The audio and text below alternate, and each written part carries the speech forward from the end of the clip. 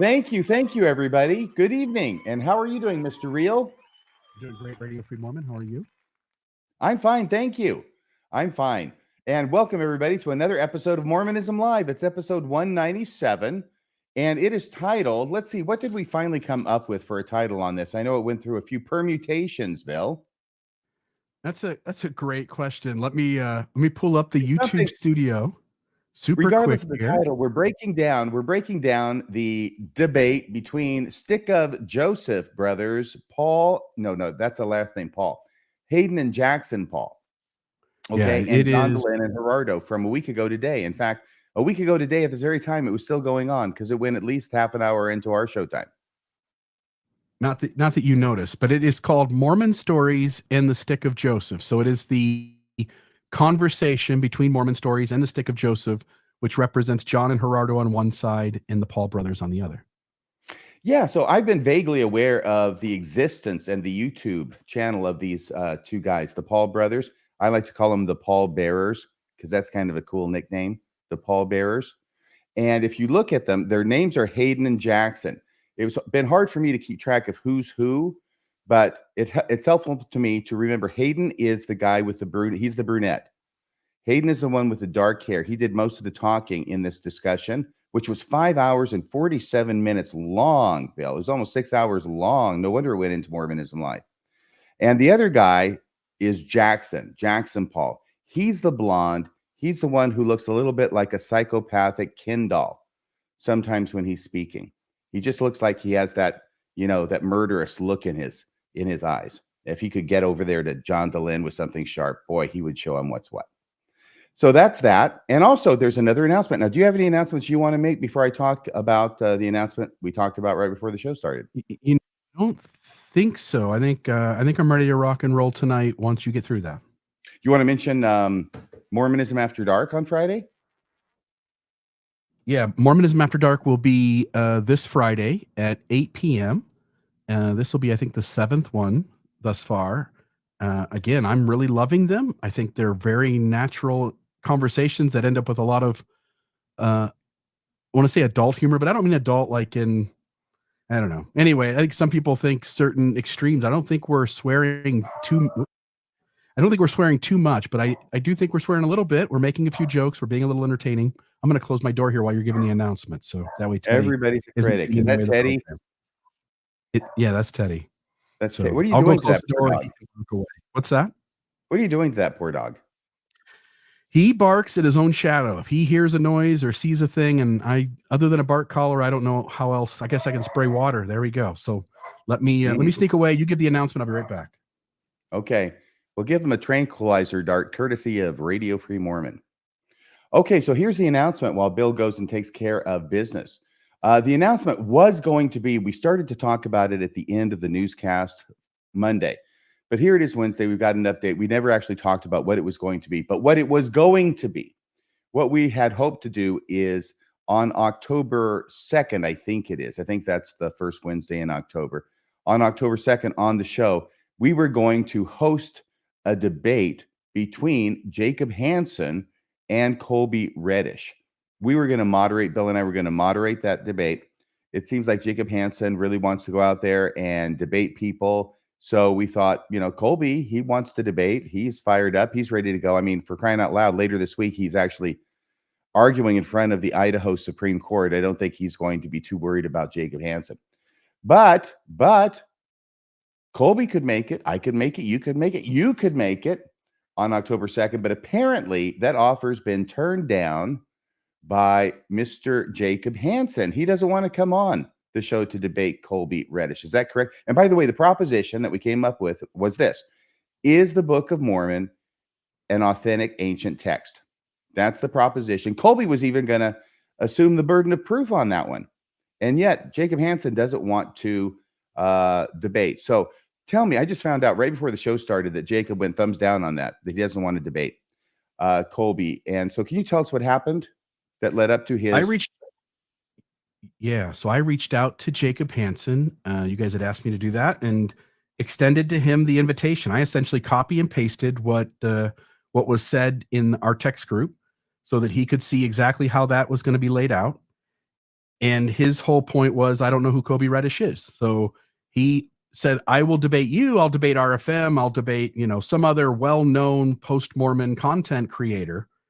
And I informed Jacob, I said, I'm really not interested in debates. I never really have been. It's been an issue for years. And all of these folks like to poke at me. Jacob did it again in this conversation, calling me a coward.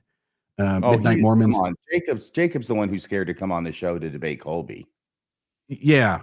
And just FYI, ran it by him, said, hey, I'd be happy to have a conversation with you, Jacob, but what's on the line is Mormonism. It isn't Bill Reel's worldview. It isn't you changing the conversation to be suited a certain direction. What Jacob said essentially was Kobe isn't a known person to me. He's not a popular content creator, so I don't have any interest. I asked him at least 2 times, I think 3, and he avoided that at all cost while also calling me a coward, but seemingly unwilling to debate, except unless it be a certain handful of people. And those people, for whatever reason, I know I have my reasons, and it certainly isn't being a coward. It's avoiding Jacob Hansen playing a certain game where he wants to not tackle the real questions that walk him into a corner where he has to explain that Mormonism doesn't equal what everybody thinks it equals. And I don't have any interest in any other game. It's the only game in town for me. I don't right. Really, And he was really willing, and Jacob seems unwilling to have the conversation I want or the conversation he wants with Kobe Reddish. Okay. Well, it's up to him. I guess we can all see what he's after and what he's about. So I just want to make sure we had the announcement here. So we followed up on what we were talking about at the end of the newscast so everybody could know what's going on behind the scenes. We had hoped to announce that there would be a debate on August 2nd. Apparently, that's not going to be the case. Oh, well, too bad, so sad, cry me a river. So Now, having made that announcement, are we ready to go on with the Paul brothers? I love it. Let's do it. Yes, and I'm really excited about this conversation. There are so many moments. This is, as you pointed out, this is what, 5.5, 6 hours long. Ooh. And you and I went through all 6 hours, and there could have been numerous things we could have pointed to. We wanted to make sure we kept it to a certain amount of time. And so I think we have maybe 7 video clips to play and to talk about. Okay, great. And everybody who's watched it, or even if you haven't watched it, if you want to call in and give us your thoughts about this debate or things that we talk about, maybe things we don't talk about that you want to talk about, we'll take phone calls at the end. Yep, let's do that. So I'm sorry. My Teddy's going to bark through the show tonight. He is not going to take a nap. But in the meantime, let me put the first one up on the screen. Can I recommend a second tranquilizer dart? Yeah, I do have some calming things I can go give him, but that'll take a little minute to kick in, as well as mine do too sometimes. Yeah. All right, let me refresh this. Get out the toolbox so you can give him a calming thing. And yeah, let me add this to the screen, get rid of that. And it looks like, I don't know, it looks like, okay, it looks different now. Okay, so that's fine. So here's John Dehlin. This is about 2.5 hours into this debate. And this will run for about 6 minutes or so. Okay. And I'll start it now, and then we can chat about it when it is complete. Okay, I'll get ready to take some notes. Okay, here we go.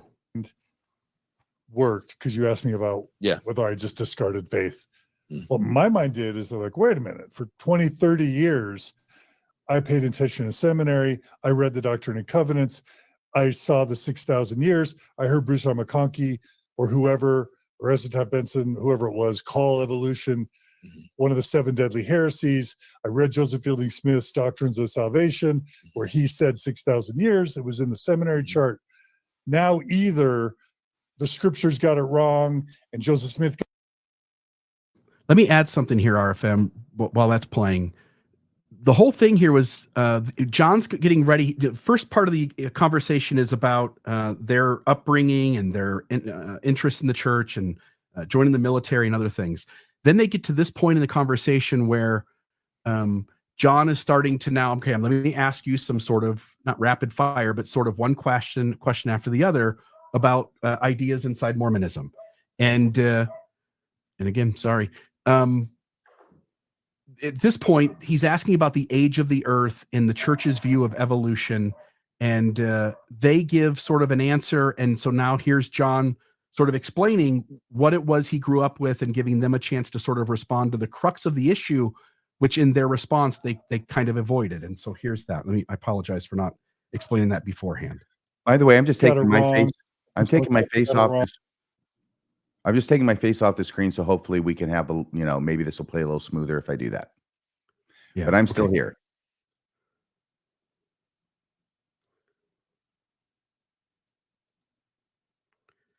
Faith. What my mind did is like, wait a minute, for 20, 30 years, I paid attention in seminary. I read the Doctrine and Covenants.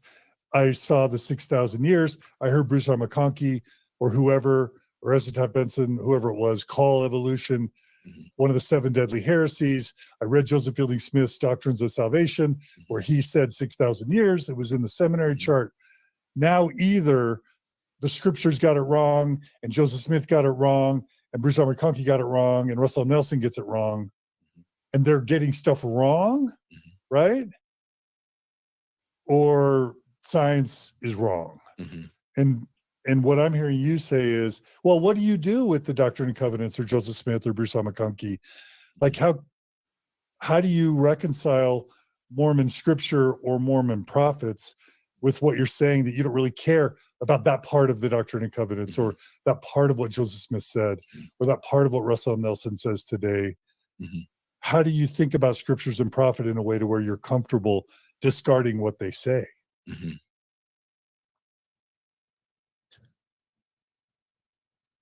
Or devaluing it or ignoring it? The functionality I see of the modern day prophet and the restored church is to administer the ordinances of salvation. And with, those statements that you're talking about, it could be true, it could be not. What I see in the scriptures is, cursed be the man that put his trust in the arm of flesh. And so at the very end of the day, I'm going to focus on, like I said, the roots of the matter at hand. And that is building a foundation on Jesus Christ. And so, there's that saying that in the Catholic Church, they hold a theology that they look at the Pope as infallible, right? But no Catholic, I haven't met a Catholic that actually believes that. But the Church of Jesus Christ of Latter-day Saints, we don't hold our prophets to be infallible, but a lot of times no one actually really believes that. And so where they're speaking as prophets, where they're speaking as man, I look at the collective witness of the prophets, and what I am most concerned about is my salvation, right? And that of my family as well. And so that's how I look at things in terms of precedence of worrying about it and contributing a lot of time and energy into thinking about that. Does that make sense? It totally does. I totally get that. It's a very different type of Mormonism than the Mormonism that we were raised in. Like, it's called the Doctrine and Covenants. What you're talking about is the covenants and the ordinances. But I grew up in a church where doctrine mattered. Like, Bruce R. McConkie published a book. What was the book called? Mormon Doctrine. Mormon Doctrine. Joseph Fielding Smith, as prophet, published a 3-volume series. You know what it was called? Doctrines of Salvation. Doctrines of Salvation. So I grew up in a church where doctrine mattered, and what was said in the scriptures mattered. And by the way, if you stood up and said, I'm going to just, prophets are good because they give us ordinances, but like, if it's in the scriptures and I don't like it, I'm going to ignore it. Or if the prophet said it, he's just a man.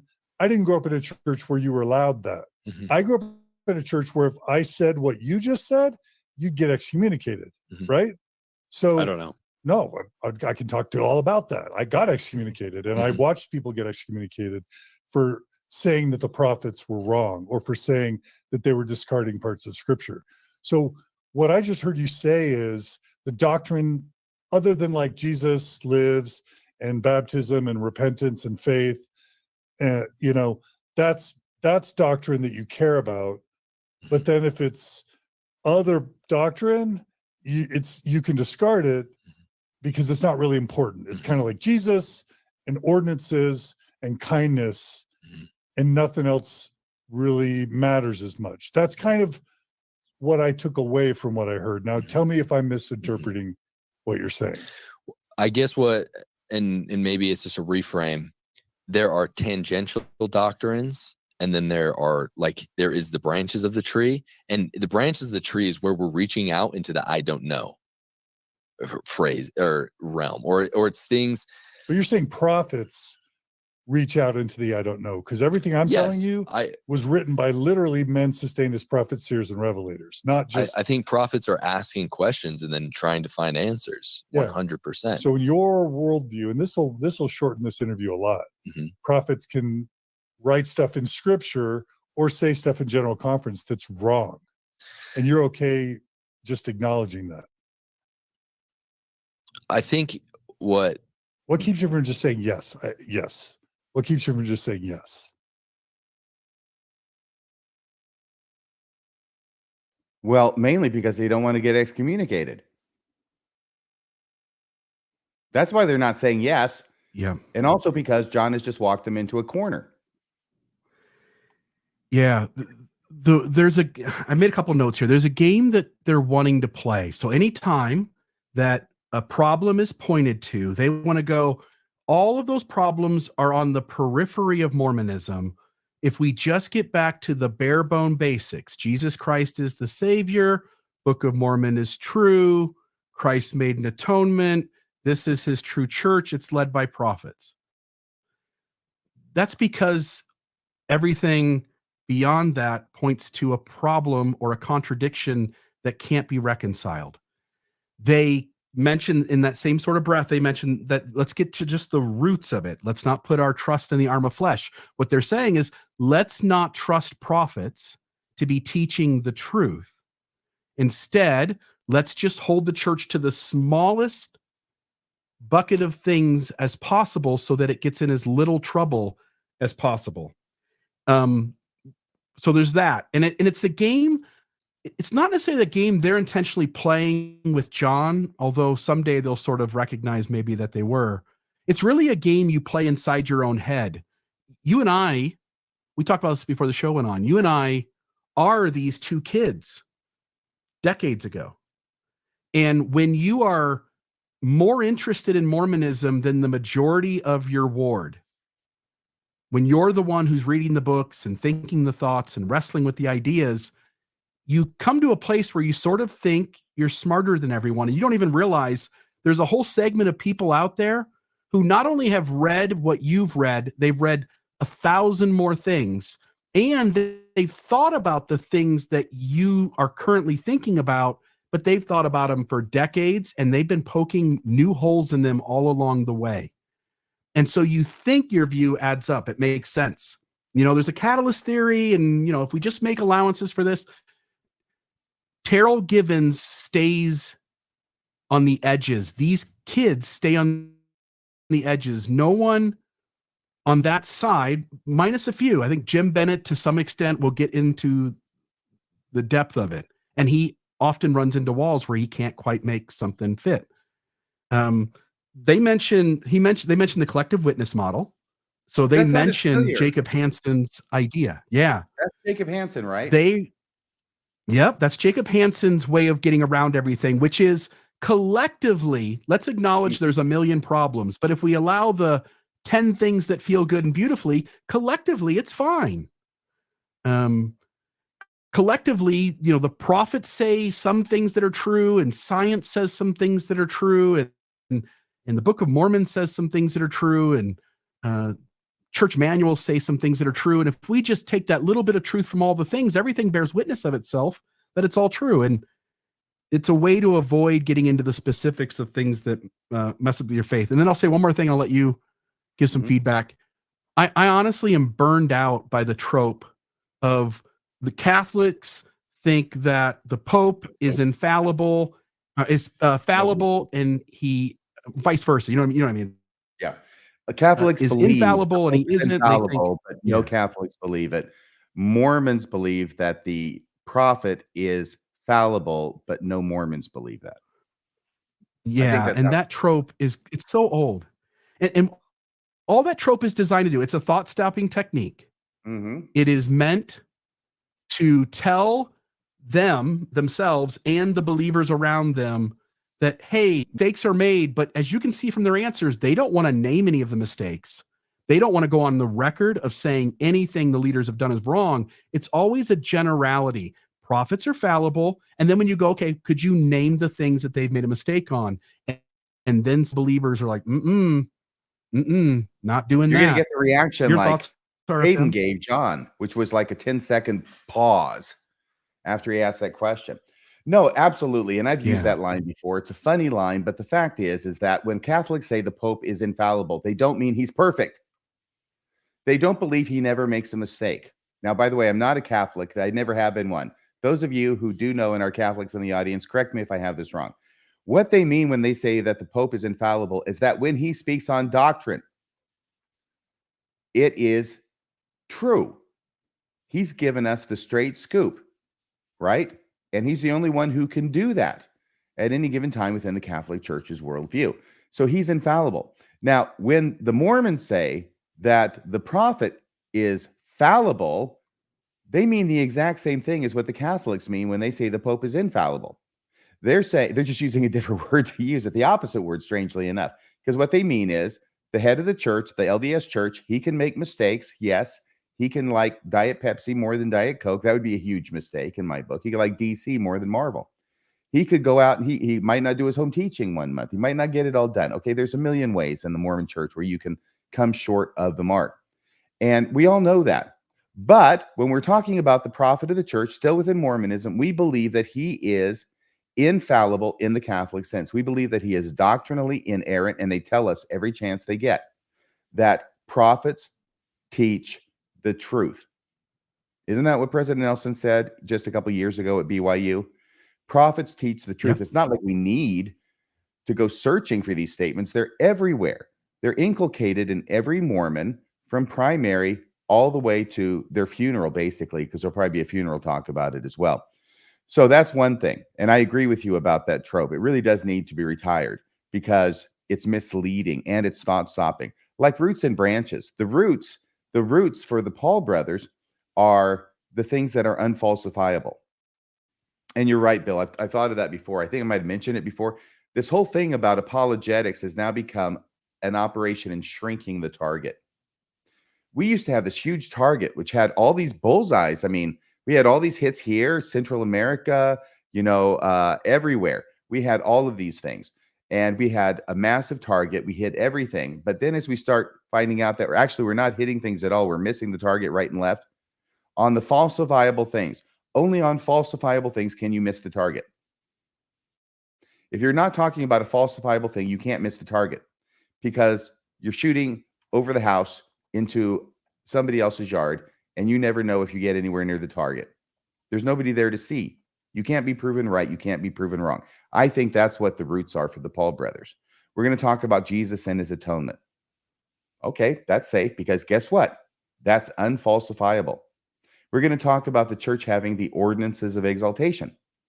That's great because that's unfalsifiable. So that's the roots. You're not going to find out about that, whether that's true, until the next life.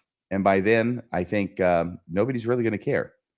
But at any rate, you cannot prove it in this life. So they're going for the roots, not the branches. I agree with you. But that's another thought-stopping technique. And I think that's about all I have to say about this. But I did want to say something about these two young guys. I think they're in their 20s. We were talking before the show. I was them. And so I can identify where I was when I was at their stage of development in the LDS church. And what it is, it's like stage 2 of Mormonism. It's Mormonism 2.0. Mormonism 1.0 is what you learn from the missionaries. It's what you get in the correlated material at church. It's the stuff you're supposed to study, and you're supposed to restrict yourself to studying according to the leaders of the church. But if you go beyond that and you start reading what past presidents have said, some speculative theology, I'll say that a little slower, speculative theology that did not get adopted universally by the church, but it's still there in the books and you can read it. So they're into 2.0. So they're into this idea about how, God is governed by law. And there's this overarching law that exists prior to God. It's how he became God. It's how the God before him became God, his dad, all these other things. And therefore, there is something above God, and that thing is law. And God cannot break that law. Otherwise, God would cease to be God. He doesn't have this thing locked in yet. So he could fall at any time. And that's more than just theory in this sense of Mormonism 2.0. So they found out these things. They're intoxicated by them. I know I was. They appear to be intoxicated by them. They think they've got the real scoop on stuff. They feel like, let me just say how I felt, okay? And you can judge whether it applies to them. I felt like I knew stuff that other Mormons didn't know because I studied, and I studied a lot. And in addition to just my studying, these two guys have a podcast where they bring on every crackpot known to man in the Mormon community. And what these guys do is they fill them full of pseudoscience. They might as well be talking about the earth is flat and Bigfoot lives next door. And I saw Elvis last week. All right. That is the state and the level of science that they're talking about with these people, with Paul. I'm sorry, that's their last name, Hayden and Jackson. With Hayden and Jackson. But they don't know that. They think these guys are telling them science just the way Carl Sagan would be, and that it's just accepted just as much as that, but it's not. They don't have that world experience. And I didn't have it either in my 20s. And I thought all this stuff about the Book of Mormon and the apologetic stuff in support of it was accepted, or would be any day now, by the scientific community. Well, it's been 40 years ago. The scientific community still hasn't gotten on board with it because it's not persuasive enough. It's not convincing enough. Any more than the scientific community has gotten aboard, UFOs or Elvis or the Bigfoot or flat Earth. Just not going to happen. And it doesn't show like it's going to happen anytime soon. But that's going to take some time for them to realize. Yeah, and the only thing I'll add here, and we'll go to the next clip, is John is trying to hold their feet to the fire. He's trying to clearly explain to them that use is there in Mormonism if prophets, seers, and by the way, your video on my ends is glitching. I would be curious, folks, if you want to put in the comments whether mine or RFM's video is having any issues. But essentially, John's trying to say, I was just going to tell everybody what I see is me as clear as a bell, and I see Bill as fuzzy and freezing. So I'm interested in what the audience I can try. My video is glitchy. I can reset my computer, but then I'm going to be gone for a minute or two. So it would be best if we did that after a video. And yeah, that's fine. Although that's going to mess up the video right now. So we can't do anything about it anyway. But after the very next video, let me reset. You'll be the only one on screen, and you can talk for a minute. I'll reset my computer and see if that helps. Okay. Because they're saying I'm laggy. So the thought I had is that John's trying to hold their feet to the fire. He's trying to say Mormonism and its prophets, seers, and revelators taught so many certainties. It taught so many things about what its scriptural canon is. It taught so many things about how we got that scriptural canon. It taught so many things about the earth formed and when it got formed and what's going to happen after this life. And the church is changing all of it, denying or walking away from so much of it. And somebody has to acknowledge, without getting quiet and being silent for 10 seconds, somebody has to acknowledge, like, yeah, LDS prophets got a hell of a lot of things wrong. And we have to now wrestle with what does that mean about how trustable they and Mormonism are. Okay, let's go to the second one. Let me give me 2 seconds. I'm going to have to. I'll let everybody know that we were having some challenges with making slides from this. It wouldn't allow us to because of technical issues that pertained only to this video for whatever reason. We've never had this problem before. At least I haven't. And so what Bill's having to do is on this this thing that goes across the bottom of that screen, which comprises 6 hours or 5 hours and 47 minutes. He has to find the timestamps. We've got the timestamps down. Bill just has to find them. And it's kind of like surgery. Got to be very careful where you move. Yeah. Normally, Google Slides lets you insert videos, and RFM and I both were unable to something present, at least for us. Okay, I'm going to take me off the screen and let these guys do their thing.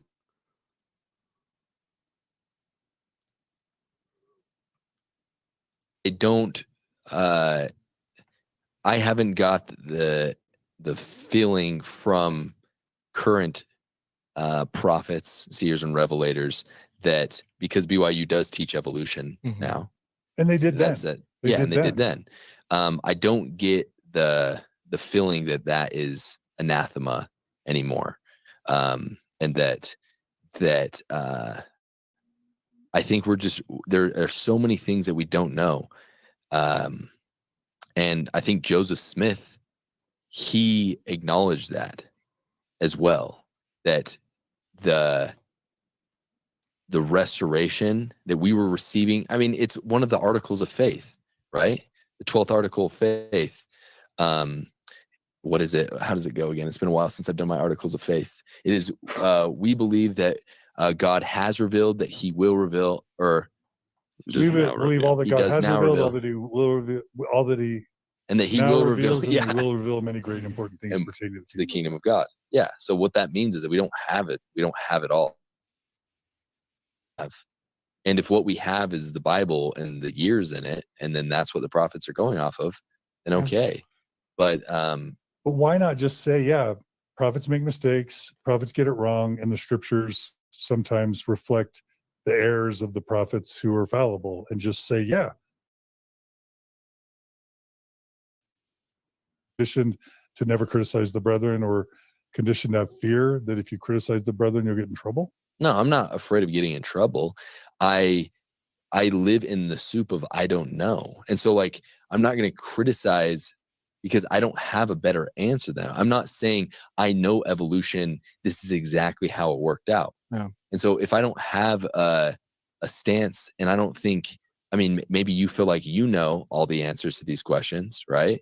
Then I can make a statement about, yeah, I think that they're wrong, but I don't know. So I'm not saying that science is wrong, and I'm also not saying the prophets are wrong. I don't know. And so I'm leaving space until I figure out for myself. Yeah. That makes Does sense. that not? I think it makes sense with evolution, right? Like, I mean, someday science may change it. I don't know. And then find something out. And I'll just say, because you asked me my beliefs and whether I just abandoned faith, if you like, one of the hardest parts about, like, let's say the critics of us is that they don't seem to want to understand why we think or feel or believe or do the things we do. They just want to assume we're evil, or want to take people's faith away, or that we want to destroy the church, or that we hate the church. Yeah. What do you want to? Yeah, and that's not what we want to do either. And that's why we went out to Okay. lunch with you that one time, and we're asking you these questions. Yeah. What do you Oh, believe? I appreciate it. Yeah. So my quick answer to that would be, I grew up in a church where doctrine mattered, where if a prophet said it, you were to believe it. And I was taught that the earth was 6,000 years old, that Adam and Eve were the first humans, that the global flood was literally in the whole earth, all of it, all the literality of it, and that it was all literal. And that if you had to choose between the literality, the doctrine, as taught by the church and the scriptures and the prophets, and what science teaches you, that you throw science out every single time.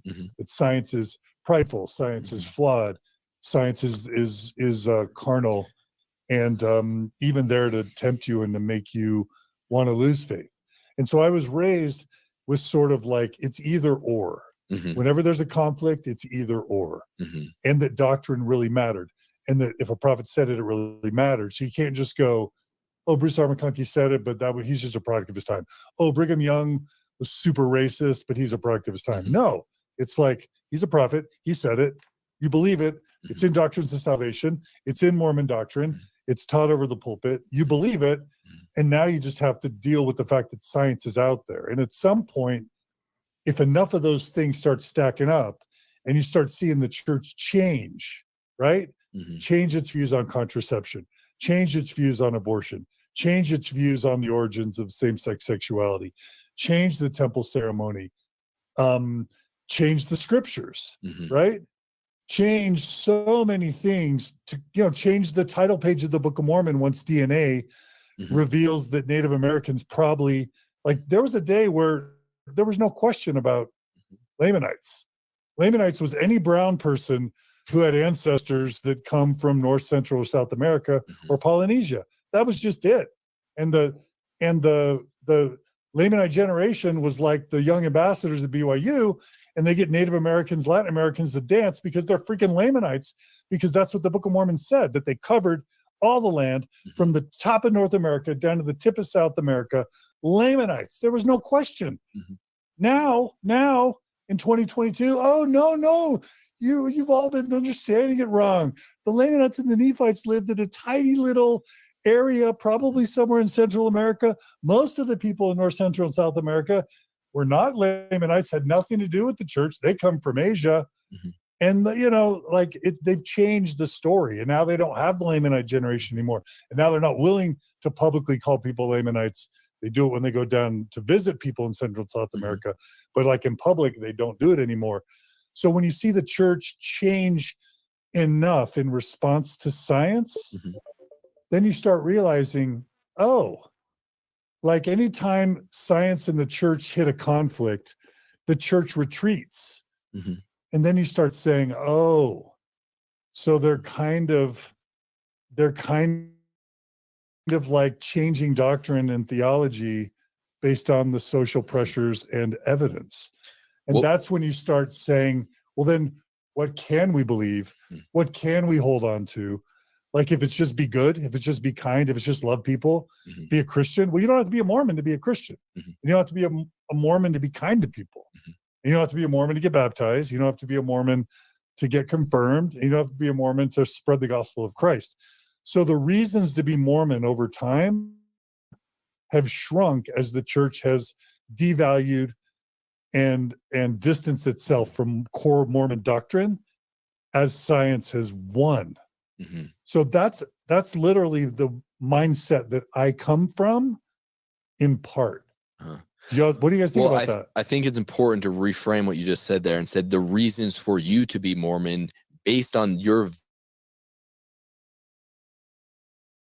time. Where did I get that? Where did I get? I don't know. From the church. Like, the church taught me what to value. Doctrines of salvation. Where did I bought that on my mission. I read that on my mission. Mormon doctrine, the church published it. Like the church taught me to care about doctrine. And I would argue that it still does teach you how to care for about you, doctrine. only the core doctrine, not the for us it was all of it. For you, it's like, well, it's really only Jesus and faith and repentance and kindness and baptism. And for me, it was much bigger that I was supposed to care about. No, and it is much bigger than that. Than your characterization that you're giving right there. So real quick, what is your thought on how did you conceptualize it when you were a member of the church, the 12th article of faith, about that there is more to receive? What did that mean to you at that time? How would it be received? I mean, I wanted new revelations. I thought the Doctrine and Covenants would be expanded, that we would have more mysteries of godliness revealed through prophets and added to scripture, or the sealed portions of the Book of Mormon would eventually be unsealed, and we would get more wisdom and light and truth and knowledge. Not like, polygamy was a requirement for exaltation, but now we'll take it away because the government got after us. Or, blacks were denied the priesthood because it was doctrine. Oh my gosh, our tax exempt status is being threatened and it's embarrassing. That's not revelation. That's retraction of bad doctrine. And when you see the church retract enough, not revelations that you thought the church would offer, you're seeing it retract based on social pressure. But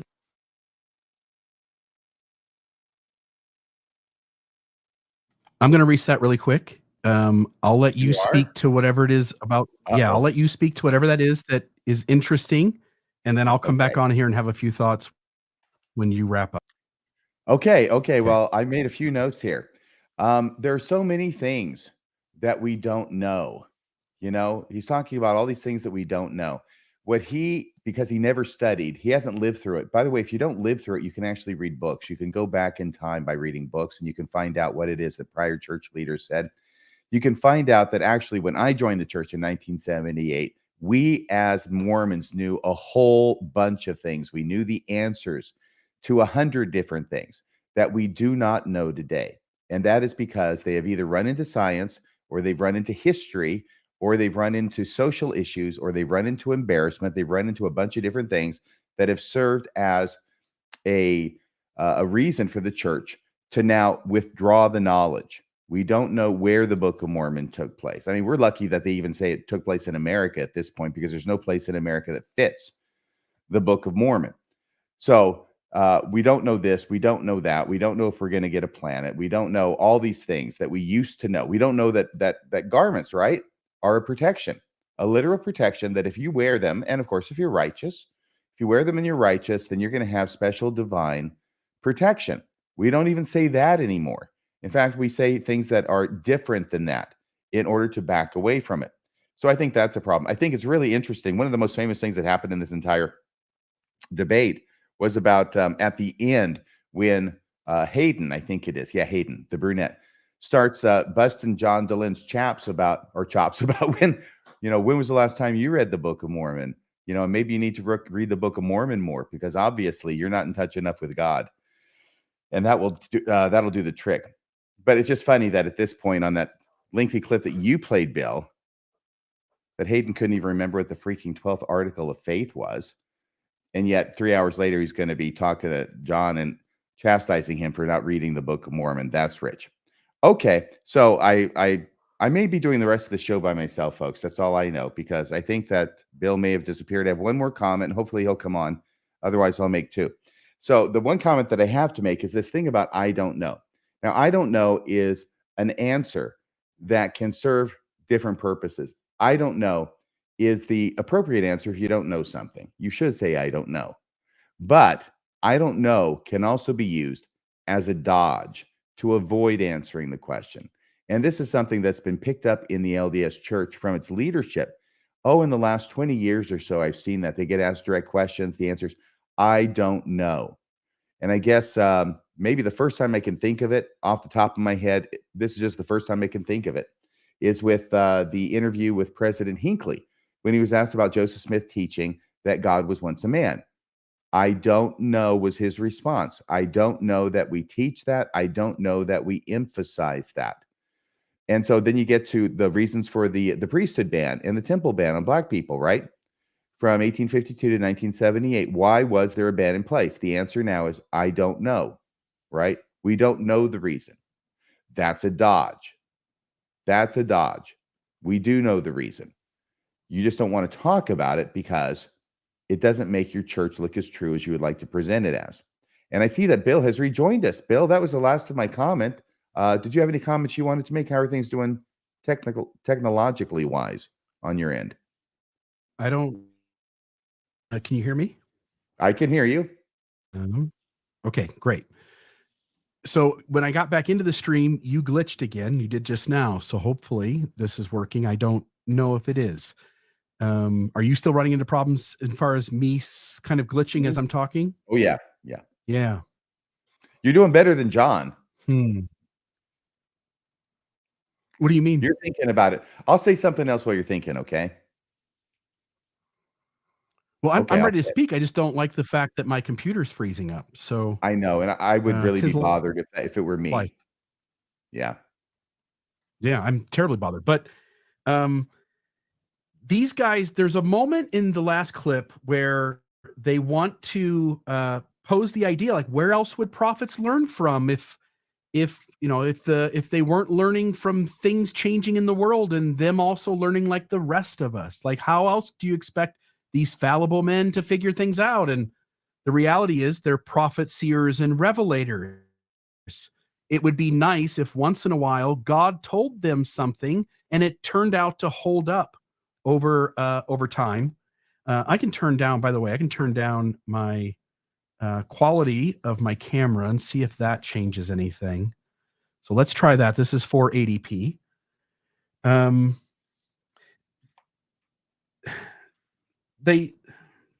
the idea that prophets should be allowed, just like the rest of us, to look to the world and learn things is a deflection. It doesn't deal with the crux of the issue.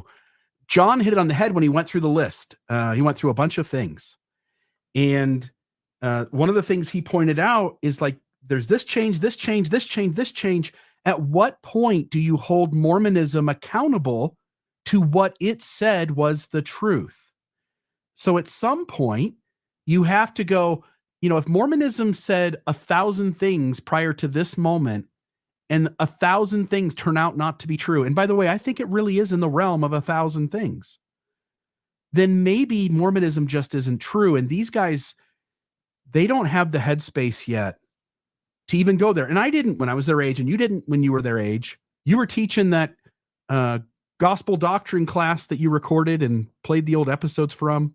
When I was 29. You go back and listen to my early stuff, and all I'm doing is telling the average member more than they knew and doing it in an entertaining way so that they can continue to go to church and think everything's fine.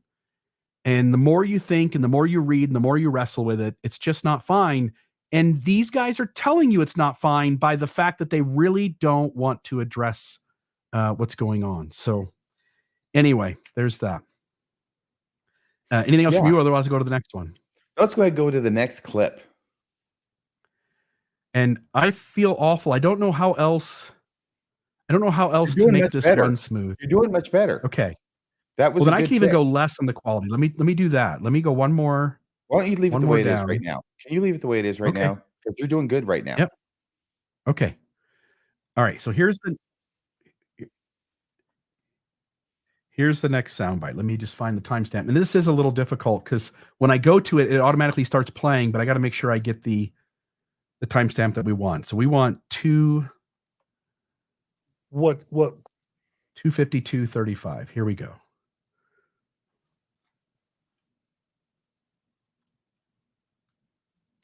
Can I do one more thing here?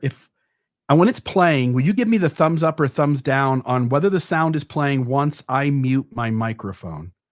In other words, if I pull myself completely off the stream, give me the thumbs up or thumb down that you can hear. Okay. Was created in us was a crisis of confidence in prophetic teachings and in scriptural teachings. Once every time science in the church butted heads, science ended up winning, or social justice ended up winning, right? And the church just kept retreating. You live 54 years, 55 years, and you see the church retreat with polygamy, retreat with racism, retreat with black people, retreat with the origins of homosexuality, like retreat on whether women can work outside the home. Like there's so many ways the church is just retreated. At some point you just realize, wait, they're just caving to social pressure. Have you seen the video of Elder Holland when he talks about how culture and society is here and the church is here? Have you seen that? And then society moves here and then the church moves here. I think he gives it away right there. I mean, it's not the church receiving revelation. Let's see ahead and not embarrass ourselves by taking this hardline positions right now and then look horrible when people look back in history of what we did and then try to hide it and pretend it never happened. I think Elder Holland was clear that the church is always catching up to society. Well, so my question would be, oh, sorry, I keep nailing this camera. I hope I didn't knock you off. Now you're so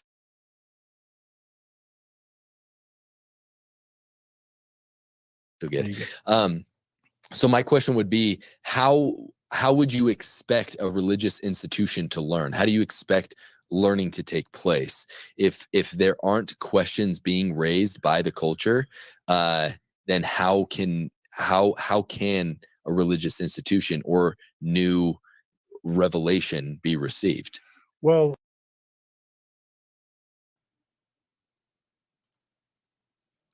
you see it. That is such a strange question, honestly, to come from a Mormon. How is the LDS church supposed to learn? Well, it's by direct revelation from God through his prophets. I mean, what am I missing here? Once again, and I want to do this respectfully because he seemed like a couple of nice guys. But honestly, you're creating a completely different church than the one that it is, the one the leaders have created it, the one that history has created it to be. Once again, it's the old apologist tactic. You create a different church than the one that actually exists because it's easier to defend the church you just made up than it is to defend the real LDS church. You get it by revelation. Now, with blacks in the priesthood, Joseph Smith got it right. You know, he didn't have everything right, but my gosh, 1830s, he gave the priesthood to black men. Okay? And I don't see any reason to think that he wouldn't have allowed them in the temple either. Black people in the temple, male and female, right? Into the temple. I don't think he got really quite that far as his life goes, but we know that he gave the priesthood to black men. And then the leader of the church, the second prophet, stopped it. And then the 12th prophet of the church started it up again. So this isn't anything. I mean, I know culture's involved, but it's made more complex because Joseph Smith, the first president of the church, had it right, and then the church lost it. And then they got it right again in 1978. So what is this about culture? This is how the church is supposed to work in the minds of the Mormon leaders and in the minds of the members themselves. God speaks to his prophet. The prophet declares the words of God and does what God tells him to do. And that's it. Yeah. I see. It's hard to get at. As I watch this whole thing, I just see two young guys who are passionate about their faith. And they sort of know, like, if we allow this conversation to go down the track of us having to explain how many times Mormonism, its leaders, its canon, its history, and its doctrine got it wrong, we're going to lose. We're going to lose that battle. And so we have to do something else. We have to, and every one of these moments are, again, thought-stopping techniques designed to stop the question in its tracks and keep us from probing into the contradictions. And, whether it's focusing on just the smallest group of unfalsifiable things that you pointed out, whether it's explaining that we always should have expected prophets to get their new information from the progressing world rather than from God up in the sky. Right. Whether it's, they also want to play the game of, well, I mean, rationally, you're right. It seems like the brethren were embarrassed in certain moments and they made changes. It seems like rationally, you're right. We no longer believe this thing, and the best explanation is that the church isn't true. Not that they're saying that. What they are saying is, we just shouldn't have expected that. We shouldn't have expected these guys to be right. We shouldn't have expected the doctrines to be 1,000 doctrines and should have only been 6. We should never have expected that Bruce R. McConkie and Joseph Fielding Smith would be speaking on behalf of God. They want us to walk back to a place where 95% of Mormonism doesn't count, so they don't have to answer for it. Yeah, we shouldn't expect these guys to believe who they've been claiming to be for 200 years now. That's what it amounts to. It's like the Paul brothers, it's like they're ex-Mormons who still believe.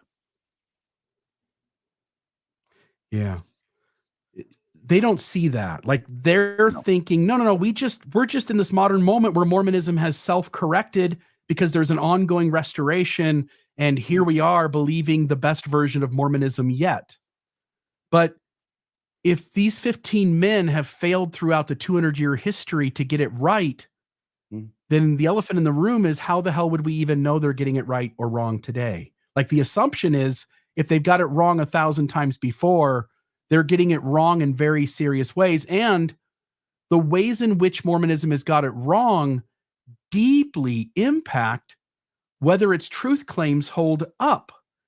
And nobody between the two of them or Jacob Hansen or Midnight Mormons, nobody wants to truly sit still and allow the conversation to demand that they answer for the questions that walk them right into the problem with their logic. They want to get away from the question as fast as possible. How can we fill up 5 hours and 46 minutes of time without ever being held accountable to saying things as they really are?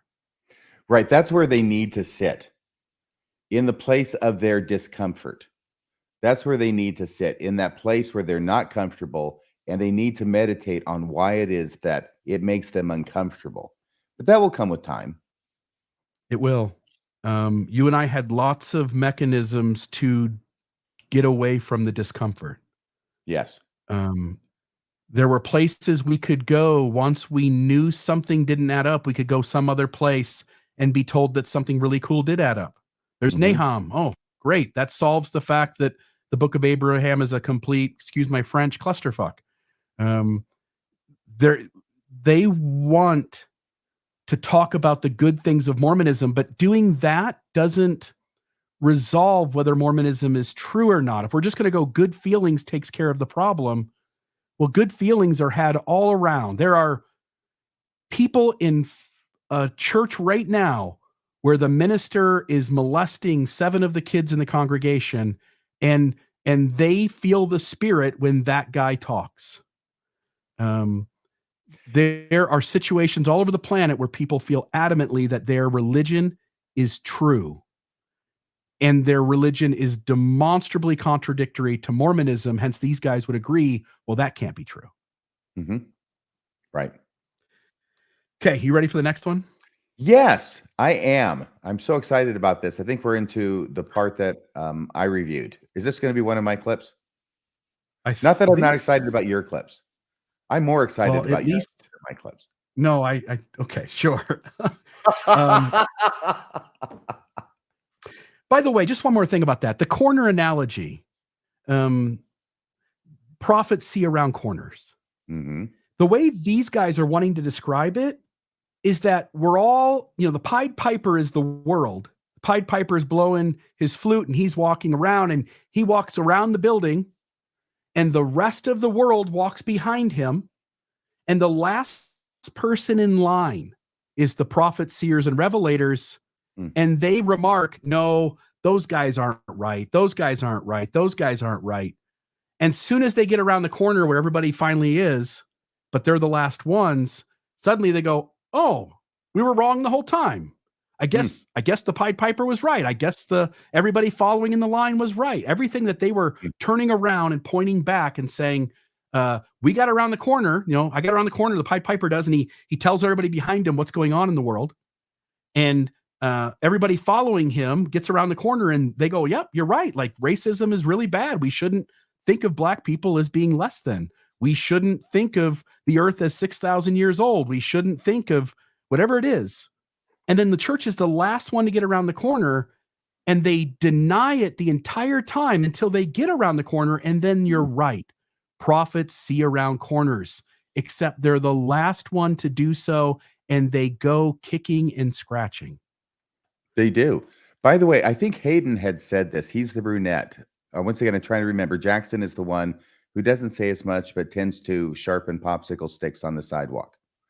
What Hayden had said, which I bore on this issue when he was talking there with John Dehlin. Let me address what he said specifically, because what he said was that, if you're out in advance of an issue and the culture isn't there yet, then you have to take all this grief from the culture because you are way advanced beyond the culture, even though the culture will catch up, right?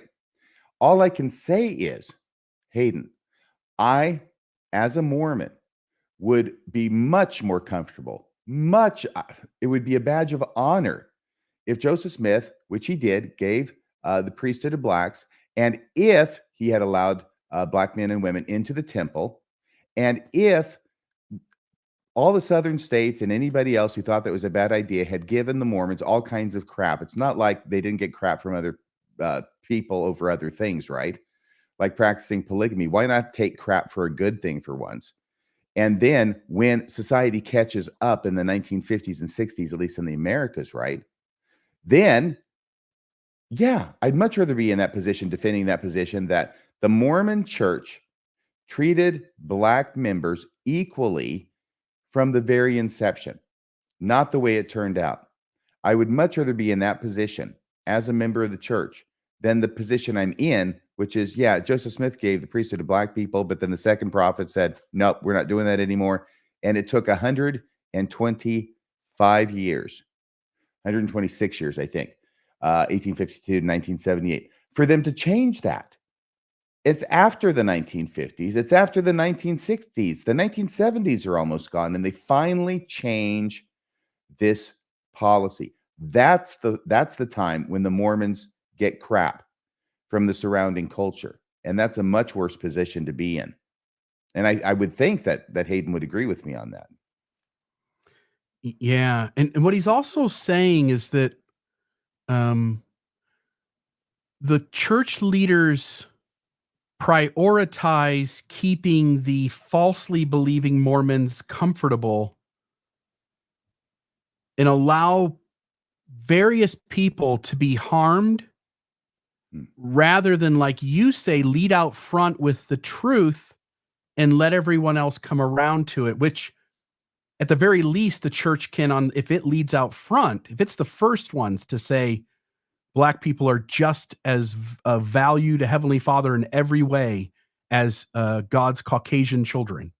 If the church were the first to say that homophobia is wrong and people born gay are just born gay, it's no different than being left-handed, then yes, you might upset people, but you're reducing the impact of harm you have directly on human beings. How can you defend that position?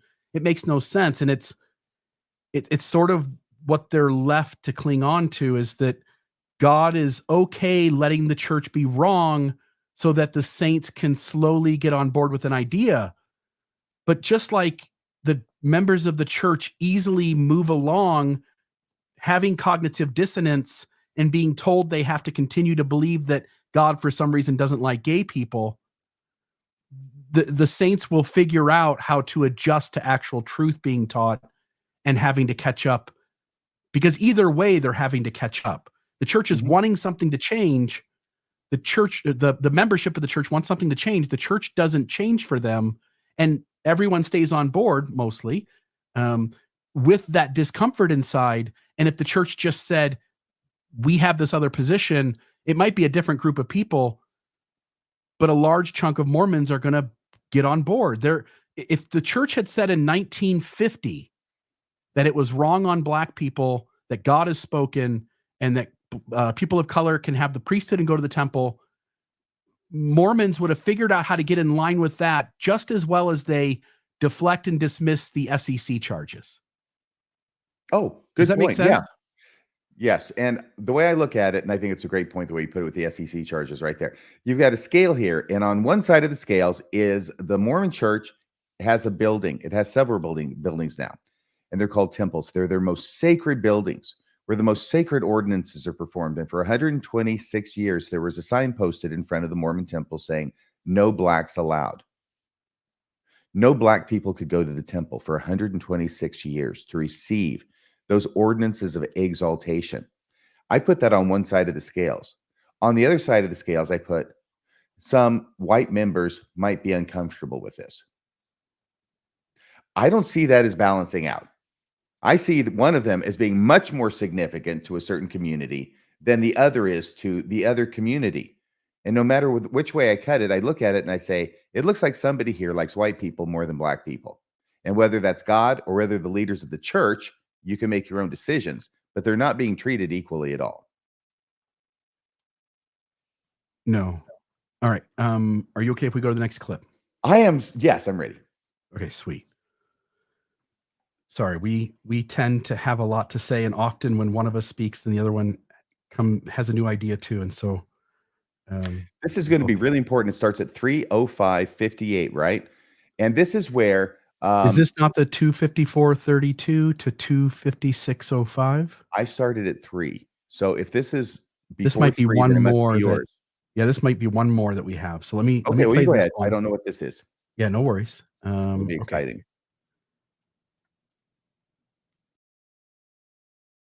Again, I was taught with a very literal Because view. they also haven't moved on everything. There have been things that that social pressures have pushed towards. Yeah. They have not gone that way, right? Yeah, but like, do you know what the temple ceremony was like when I went through? Yes. Do you know why they changed that? I don't know, and I don't think you do either. Yeah, I do. So if you Absolutely talk to him and ask, Oh, I absolutely know Yeah. why they changed. okay, why did They they change? surveyed members, Mhm. and well, number one, members were super uncomfortable with the throat slitting and the disemboweling, but also an evangelical organization led by Rod Decker created a book called The God Makers. Yeah. that basically told the whole world what was going on in the temples, including an accompanying video where they were reenacting the temple ceremonies. And The God Makers, this movie, sweeps through evangelical Christianity, and in all these wards and stakes throughout the South, predominantly, we're having to deal with like seminars, weekend seminar, Katy First Baptist Church, Mormons and other cults. And all of a sudden it becomes public knowledge what we're doing inside the temple. So yeah, they took away the penalties and the oaths because they were violent, barbaric, Masonic relics, and they became embarrassing. That's why. There's no other. Why else would they do it? If you think that just happened coincidentally, not influenced by the God Makers or social pressure or surveys or member surveys. So the present They want to leave. So if it can't be demonstrably shown that they that the prophets were wrong, they want to, in every instant, doesn't matter how rational the other argument is, the critic's argument.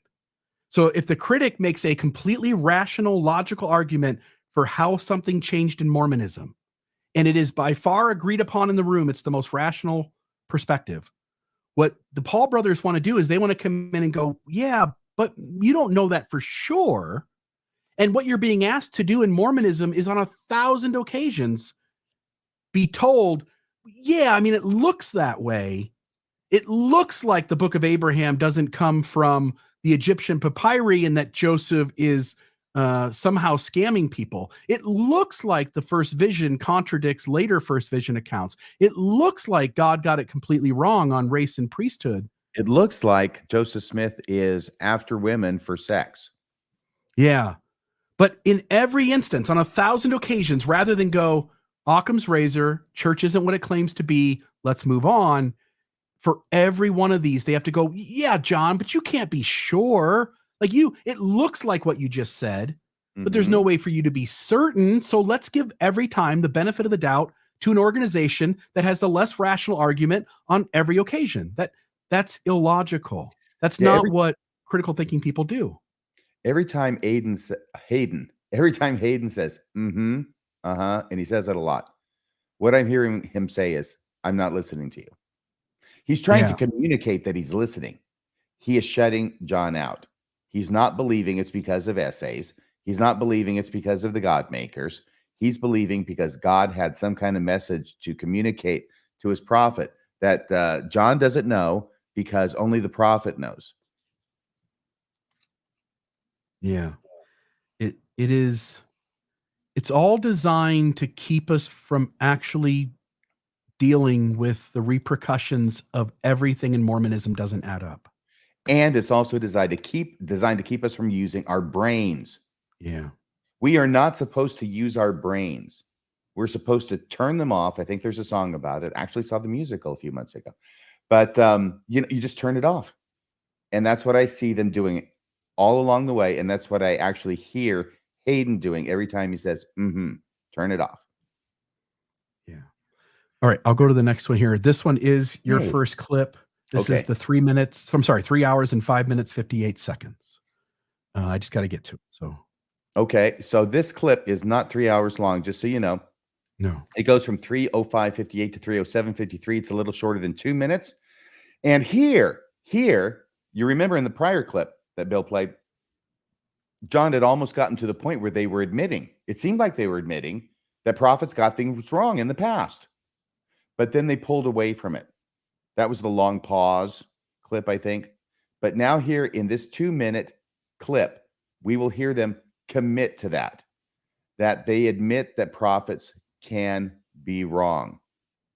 And in fact, when prophets get things wrong and then change to something else, that, by the way, that's the only way you can know if they're wrong, if they change. That's the only way you can know if prophets are wrong. They change, right? Oh, that means the other thing was wrong. That's what Hayden's going to call receiving revelation, is when prophets change their minds. How are we doing at the timestamp there, Bill? Should be good. Okay. Even like what you're talking about with Gerardo, that you have this idea that God is making some sort of arbitrary law that says, oh, Gerardo is living in sin. That isn't the conceptualization of God as presented by the Church of Jesus Christ of Latter-day Saints. It's not? No, the conceptualization of God is that the commandments, that God can cease to be God. It says it in the Book of Mormon, in the Book of Alma. And so what that means is that God is not even creating these standards by which that you have a problem with. Did God create this standard of interracial marriage being against doctrine of the church and people losing their temple status if they married a black person? Because that was part of what the prophets taught. Was that something? I would say with the change of that, I would say no. I would say no. That wasn't. So they were wrong. Yeah. Well, Bruce R. McConkie himself, like Jackson, obviously with further light and knowledge, what we're trying to say is with that article of faith is that for that new revelation to come forth, previous one, maybe, I don't know, I've never been a prophet before. Maybe it was correct at its time and that it needed to change. But obviously, if it did change, some form somewhere was incorrect. And they recognized that when Bruce R. McConkie said that we were speaking with the limited light and knowledge that we had, and that, a flood of new light and knowledge has been brought forth and new revelation. But we're talking about a commandment, the commandment of not marrying someone, not mixing seed. Yeah. You're saying that could have been wrong. Well, Bruce R. McConkie himself says it's wrong. Yes. Well, the church itself he says said it was wrong after he said it was right for decades. Yes. Because that's called receiving new revelation. What? So new. Sorry, RFM. That's I'm okay. messing you up there. Let's call it. No, I'm messing you up. That's called receiving new revelation. Is when the prophets get it wrong and then they change their minds. That's receiving new revelation. So prophets can get it wrong. They go to Bruce R. McConkie, and at this point in the debate, I think it's over. This debate has no reason to go on. The debate is over. They've admitted that prophets have been wrong in the past. And the problem is that even when you conceptualize this, even when I conceptualize this in my 20s, I always conceptualized it in such a way as, yeah, prophets can be wrong, but that's all in the past. Right now, they're completely right. There's nothing about which the prophets have a position on now that's wrong, which, of course, is a little myopic, to borrow an expression. It's a clear case of presentism. And I think that's where the Paul brothers are leaving, because really what happens now is if church leaders were wrong in the past, then on what basis do you determine that they aren't wrong in the present?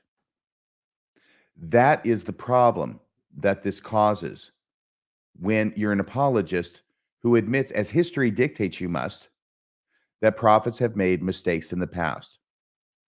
And it's in order to avoid coming to this point and being forced to acknowledge, well, you can't force somebody to acknowledge anything, but this is as clear a case as anything, that to give a specific example, if you admit church leaders were wrong about black people, on what basis do you believe church leaders don't have it wrong about gay people today or trans people today? You see, it completely opens up the door.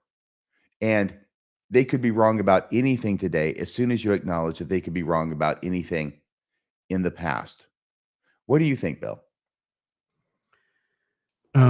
They mentioned that the prophets operate by limited light and knowledge. And I sort of can get on board with that. Mormonism allows that. So they can teach an idea that is truth, and then they can come out later and add another little extra phase to it and say there's additional truth. I can accept that. When I was a Mormon, that would have been fine.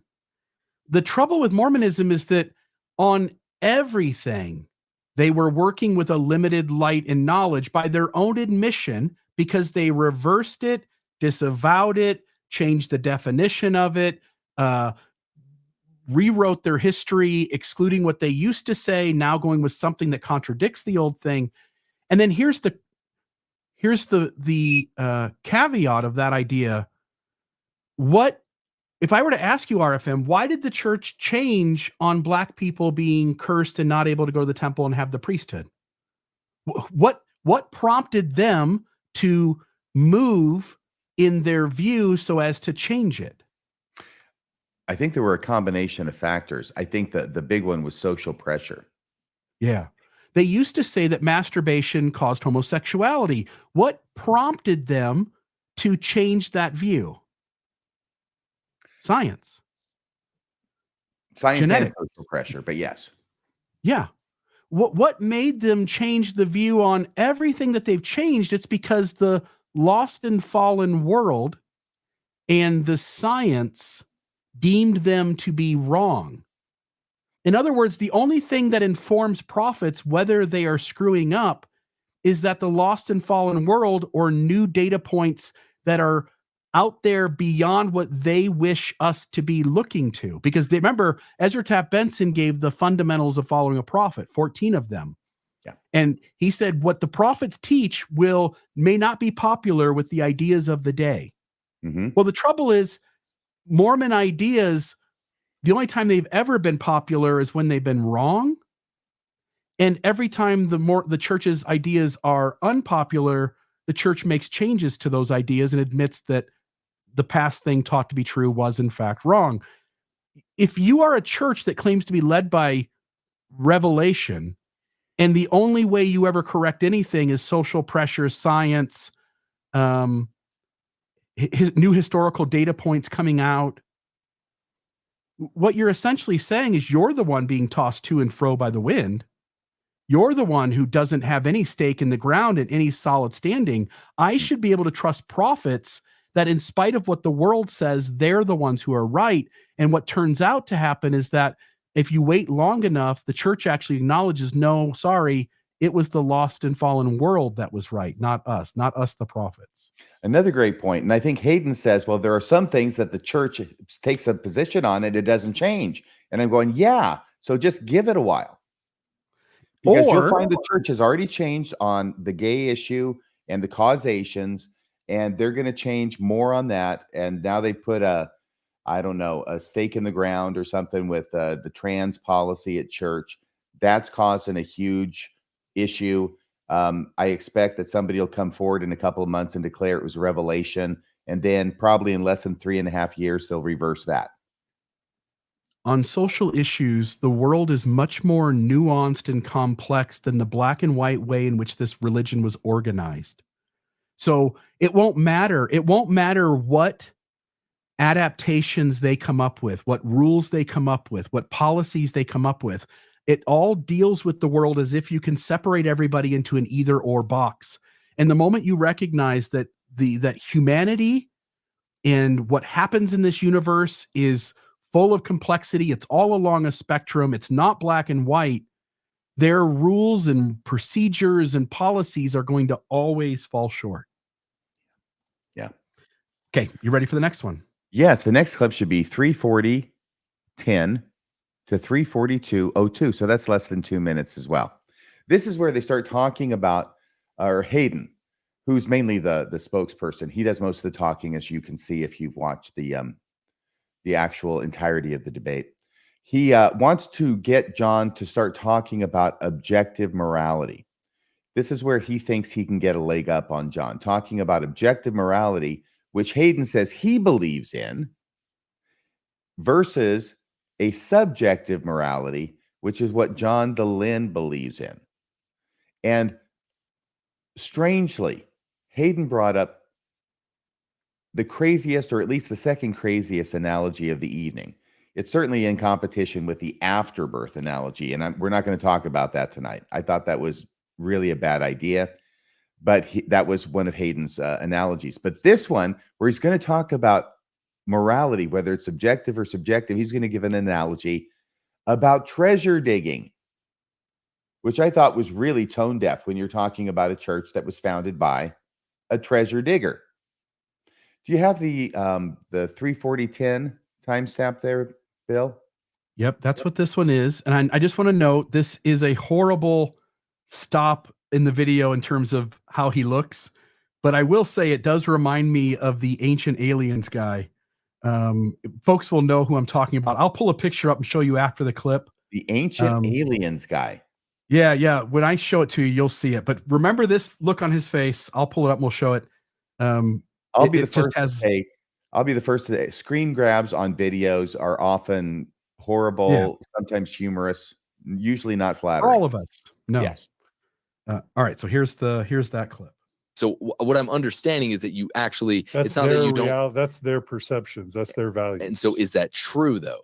Is it objectively true? Like, is there an objective truth? And so what I'm understanding is that you don't think that I don't think an absolute objective truth is knowable in any way that we could all agree to it and then find value in it. I think everybody has their opinion and their perspective about what's true, including Orthodox, devout, believing Mormons, including Mormon prophets, seers, and revelators. So the idea that there is an objective truth out there is not super useful, given that none of us, including Mormon prophets, can even agree on what that objective truth is. So if I told you there was a treasure in the ground, and we believed that, both of us believed that treasure was in the ground, but we were digging in different places, and we had differing ideas of how we should dig and what equipment we should use and whatever. That's completely different than one of us saying there's a treasure in the ground, and the other one saying there's not. So what's the point? See, that's why I'm asking about this objective truth idea, because if you don't believe that there is an objective meta truth that underlies all reality, then our conversations about anything can only go so far, because then it just comes down to my lived experience says different. But what you're not acknowledging, and I keep trying to say this, is let's just say that we all agree that there is an objective truth out there. Okay. But we all disagree about what that objective truth is. What's the value of asserting that there is an objective truth to begin with in our lived experiences? Because then we know that we're digging for the same thing. Does that make sense? I think we're digging for minimizing human suffering and maximizing human goodness. Yeah. And I don't need a belief in an objective truth to share that with either of you. Right? Isn't that what you guys want? Minimal suffering and maximum well-being for humankind? We want maximum. Okay, so there you go. So I know what equipment you use if you want to find a treasure that's underground. You get a hat and you get a rock. You put the rock in the hat, you put your face in the hat, and then you can see where the treasure is. No, this was a really bad analogy for him to use. It could have been anything else in the world under the ground. I don't care. But a treasure, really? Of course, he wants to use a treasure because this is the objective truth that he treasures. And of course, it is the treasure that is supposed to symbolize and represent the objective truth in his analogy. That if we both, you and I, John, agree that there is an objective truth, at least then we can look for it, right? We can look for it. And I guess with the idea that eventually you will find it. The problem is you won't know it when you find it. This is the problem. So every single argument, I don't want to say every single argument, but many arguments, including this one, have just been completely undermined by the last clip. That's why I said that was the end of the debate, when he admitted that prophets have gotten things wrong in the past. Hayden is trying to argue that the treasure is the objective truth we are searching for, but he has already destroyed this analogy by admitting prophets get things wrong. If prophets get things wrong, on what basis do we think we are going to be able to find and identify the objective truth if they can't? Well, we can't, because in the Mormon church, we need prophets to tell us what the truth is. We don't find truth independently, not religious, spiritual, salvific truth, independently of the prophets.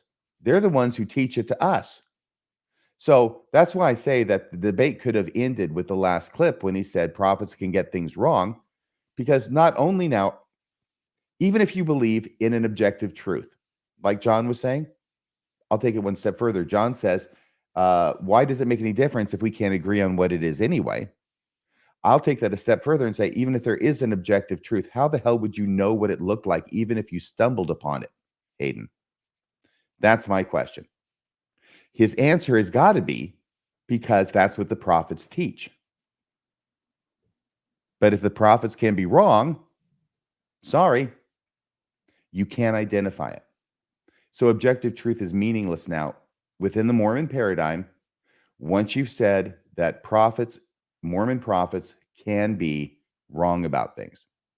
What do you think about that, Bill? And not just wrong once or twice, wrong hundreds of times. And prayer can't, what you just said, like I have to, well, the way we would know that a truth is actually an objective truth is we listen to prophets. And as you point out, that watch is only, that's a broken watch. It's only right twice a day. You can't tell people to pray about it. People all over the world get different answers in response to prayer. You can't say it's done by feeling the Holy Ghost and having a spiritual experience, because that's had all across the entire planet within all kinds of religions. And some of them are doing horrendous things to hurt people and feeling like it's true. The entire world is arguing over everything. Everything is up for debate. So if there is an objective truth and no side knows it, and everybody thinks they're right, and everybody has their way of getting at it, but still everyone's conclusion disagrees with the person next to them who's using different tools and same tools. And then you go, okay, what is, rationally speaking, what is our best bet to get at anything that is even close to objective truth? And it comes down to science. It does. And so the moment you go, well, then let's let science take the lead on helping us figure it out. Even in social issues, we can measure harm in terms of how people feel. We can measure people's happiness and contentment. We have rankings of one country over another. Finland, I think, has won 6 years in a row. There are ways in which we can use the social sciences and hardcore laboratory science, research, peer-reviewed research, and not that we get it right all the time. It's our best tool to getting it right as much as humanly possible. The Holy Ghost is one of the least effective ways, and we know that within Mormonism because Brigham Young says he knows the Adam God theory is true by the Spirit, and Bruce R. McConkie and Spencer W. Kimball say they know because of their office that it isn't. And you have numerous instances in Mormonism where in the past, prophets said they knew things by the Spirit, and the members said they knew those prophets were right by the Spirit. And then those things have been disavowed, abandoned, and changed. And current leaders say, current prophets say, we know that the current standing of the church is true. And the members say the Holy Ghost has helped us to know that it's true as well. And again, how would you know the modern moment any differently than the past moment? It's still prophets. It's still people who think they know by spiritual means that something's true. And at best, one group is right and the other is wrong. And what is almost assuredly and can be demonstrated at various moments in the church is that both the original and the adaptation are wrong. And how do we know that? Because then there's a third adaptation. And then what do prophets do? They just dismiss it all by saying both revelations were done out of love, God's love.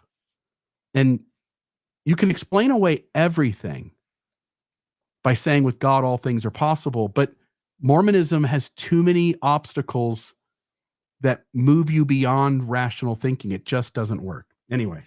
Yeah, God's Enough of love that. is a dangerous thing. By the way, this puts me in mind of the old poem, which I'm not going to read the whole thing for you, but The Blind Men and the Elephant. You know that one, Bill? Yeah. You ever heard about Touching that? different parts. Mhm. Usually we just talk about the story, right? You know, because everybody knows the story.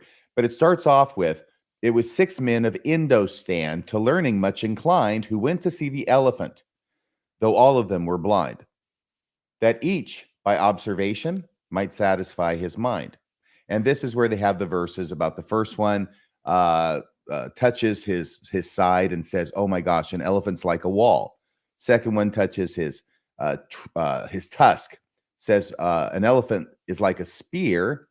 And the third one is, what is it? The trunk. And he says, "Oh my gosh, an elephant is like a snake." The fourth one says his hand touches the elephant's knee, and he says, "My gosh, an elephant's like a tree." And the fifth touches the ear, says it's like a fan. An elephant is like a fan, because that's all he touches, right? And finally, the sixth one touches the tail and says an elephant is like a rope. And then the concluding verses. And so these men of Indostan disputed loud and long, each in his own opinion, exceeding stiff and strong, though each was partly in the right, and all were in the wrong.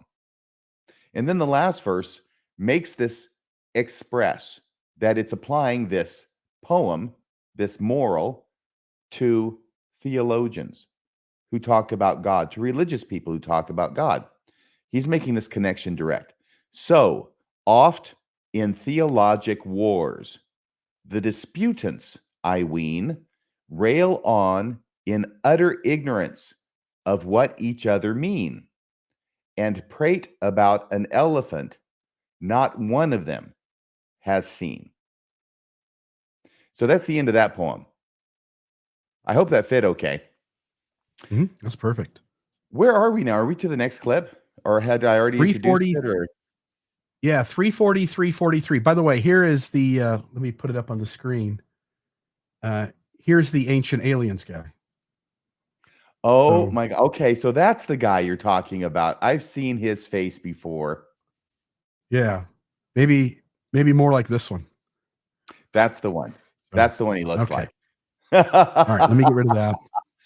Okay, so we're going to go over here. We've got a couple more clips yet left, and this is where they start talking about, well, Hayden's going to talk about, quoting from the Book of Mormon, about how no unclean thing can enter the kingdom of heaven. It's right there in the Book of Mormon. And then he's going to try and make it clear that this isn't God's fault. It's not God who's not allowing unclean people into his presence. It's the unclean people's fault. Because if they wanted to be in his presence, they would just make themselves clean by being good Mormons and doing all the things that good Mormons are supposed to do. But it's always important when it looks like God is kind of using his power, his ample power, his he's got omnipresence, omnipotent, his omnipotence, right? He's got all power. But whenever it looks like God is using his power unfairly, it's very important for the apologist to jump in and say, no, it's not God who's doing that. It's the person who's getting punished. It's their fault, not God's fault. So they'll talk about that for a bit, which raised a few questions or a few comments on my own, which I'll share after the clip is played.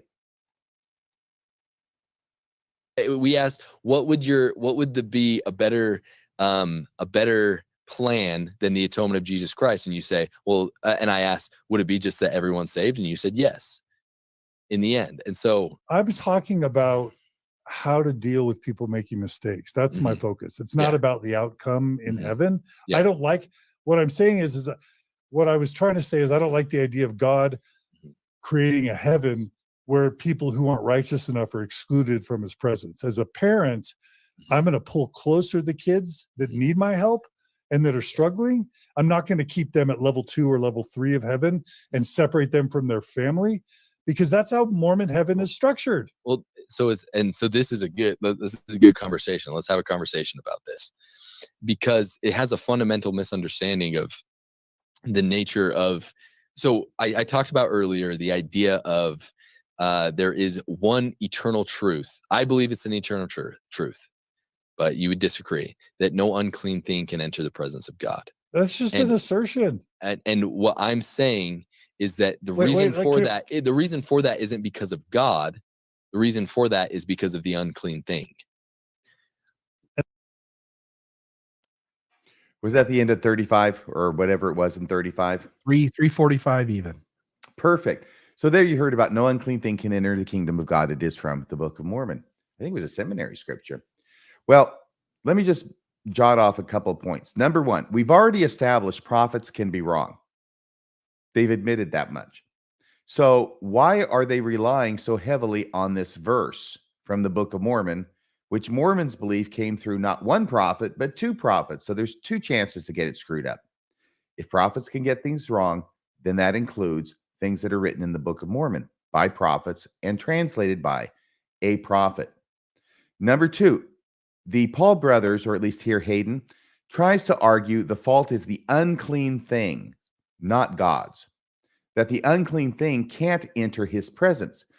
I think I mentioned this in the introduction. The impulse is always to leave God out of it, but to blame the people God punishes for being punished. 3, this rule must be on again, off again, the one about no unclean thing can enter into the presence of God, because the way Jesus relates with people throughout the New Testament Gospels demonstrates this can't be true. Jesus is God. He's the Son of God. He's a perfect being. And he allowed many unclean things / people, which is what it's talking about, right? He allowed many unclean things into his presence in the 4 Gospels during his mortal ministry. Yet he was God. So if Jesus can allow, and actually almost exclusively, he's hanging out with the people who are what Hayden would probably call unclean. Even though he's hanging out with all these uncleans, they're in his presence. So why is it suddenly then that once Jesus becomes resurrected, now what? He can't hang out with bad people anymore? They can't hang out with him, even though they're unclean? This is why I think that that scripture, or at least that understanding of the scripture, which is prevalent in Mormonism and which Hayden said, is inconsistent with the 4 Gospels in the New Testament. Because if unclean things can be in Jesus's presence in mortality, why can't they be when he's not in mortality? And finally, okay, these kind of doctrines limit God's power. And God is supposed to be omnipotent. He's supposed to be all powerful. Why is it that he can't have unclean people in his presence? I don't know. But what it ends up being theologically is I can have unclean people in my presence. I do it all the time.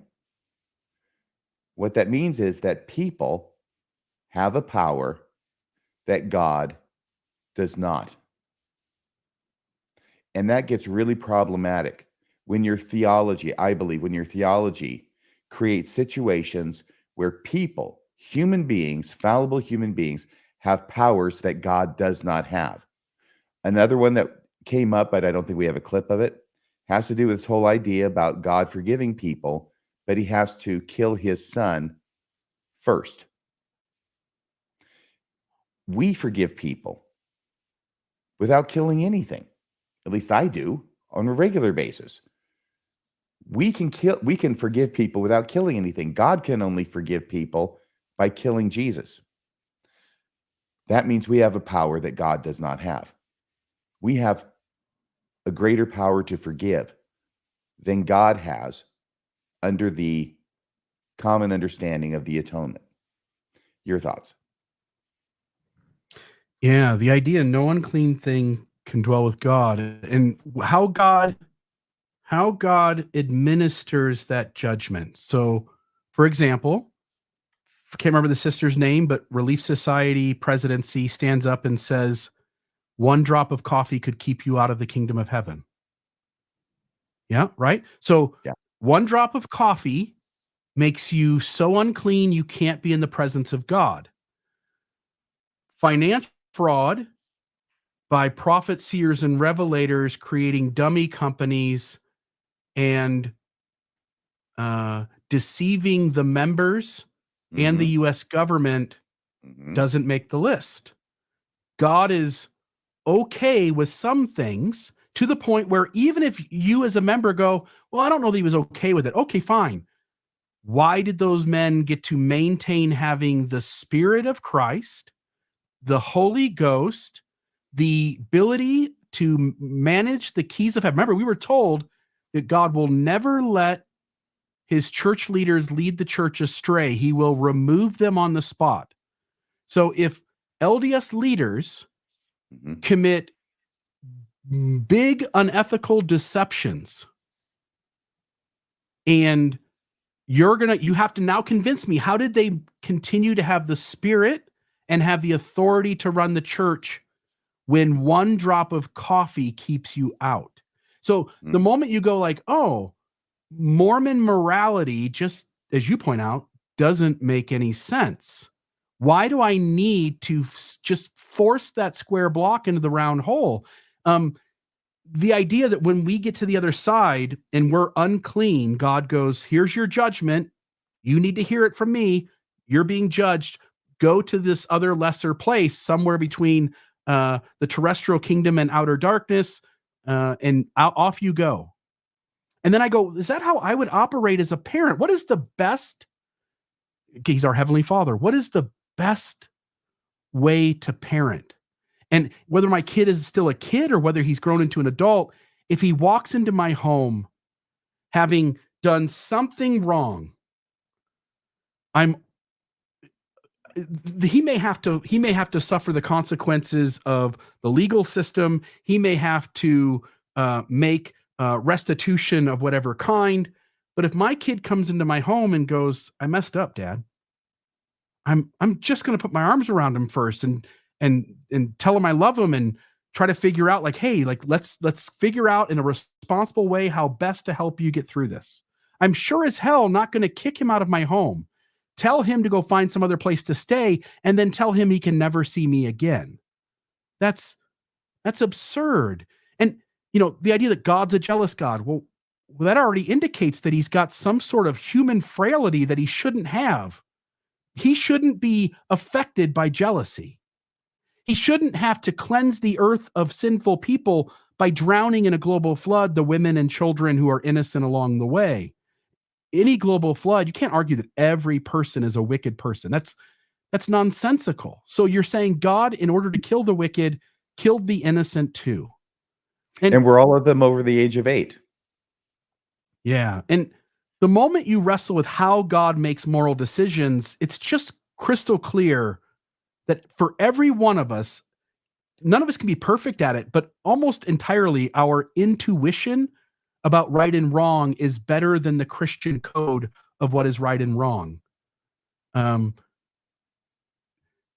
It's just not rational to give the benefit of the doubt to any particular religion or any particular text that almost assuredly is full of myth stories. By the way, they agree. When evolution is talked about at the beginning of them going from topic to topic, Hayden makes the comment like, oh, those were myth stories. Though those were stories created to teach a truth not to be taken as literal history.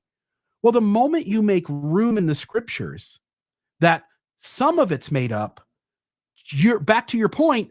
Once prophets are wrong, how do you know when they're right and wrong? Well, the moment you admit that significant parts of scripture are made up, they were intended not to teach history, but to teach some sort of other truth, then you have no ability to draw the line on where the myth stops and where the literal stuff starts. You can't figure it out. And Christians and Mormons agree that for 200 years, and for Christians for thousands of years, they've been trying to figure it out ever since. Like, oh, it used to say not to mix these foods and not to mix these fabrics and to let the rapist buy marriage with his victim by paying the dad so much money. And we all go, we don't believe that anymore. Well, why don't we believe that anymore? Because our social senses about how the world works has changed. And we've decided that what used to be imposed as God's word isn't true anymore. And we've become cafeteria Christians or cafeteria Mormons and discarded it. And it's the same thing that Mormon leaders are doing with their history, their doctrine, and their historical contemporary history. Yes, and God is so powerful. He appears to be bound by culture from generation to generation. Are we ready for the next clip? We got 3 more clips, and we'll go through these pretty quickly, folks. Hang in with us. We'll have some phone calls here at the end. This is timestamp 357 even to 358:53. And this is where they're talking about, well, John and Gerardo, I think, as well. He leaves at a certain point, but I don't think he's left yet. They're talking about a certain scripture, and John is being dismissive of the scripture that's being proposed by the Paul brothers. And then a discussion ensues where I think that John and Gerardo make a couple of good points, that the Paul brothers are telling them, well, you're just dismissing the scriptures and because you don't agree with them. And John and Gerardo hit back by saying, but you do the same thing. You dismiss scriptures too when you don't agree with them. And they give a few examples.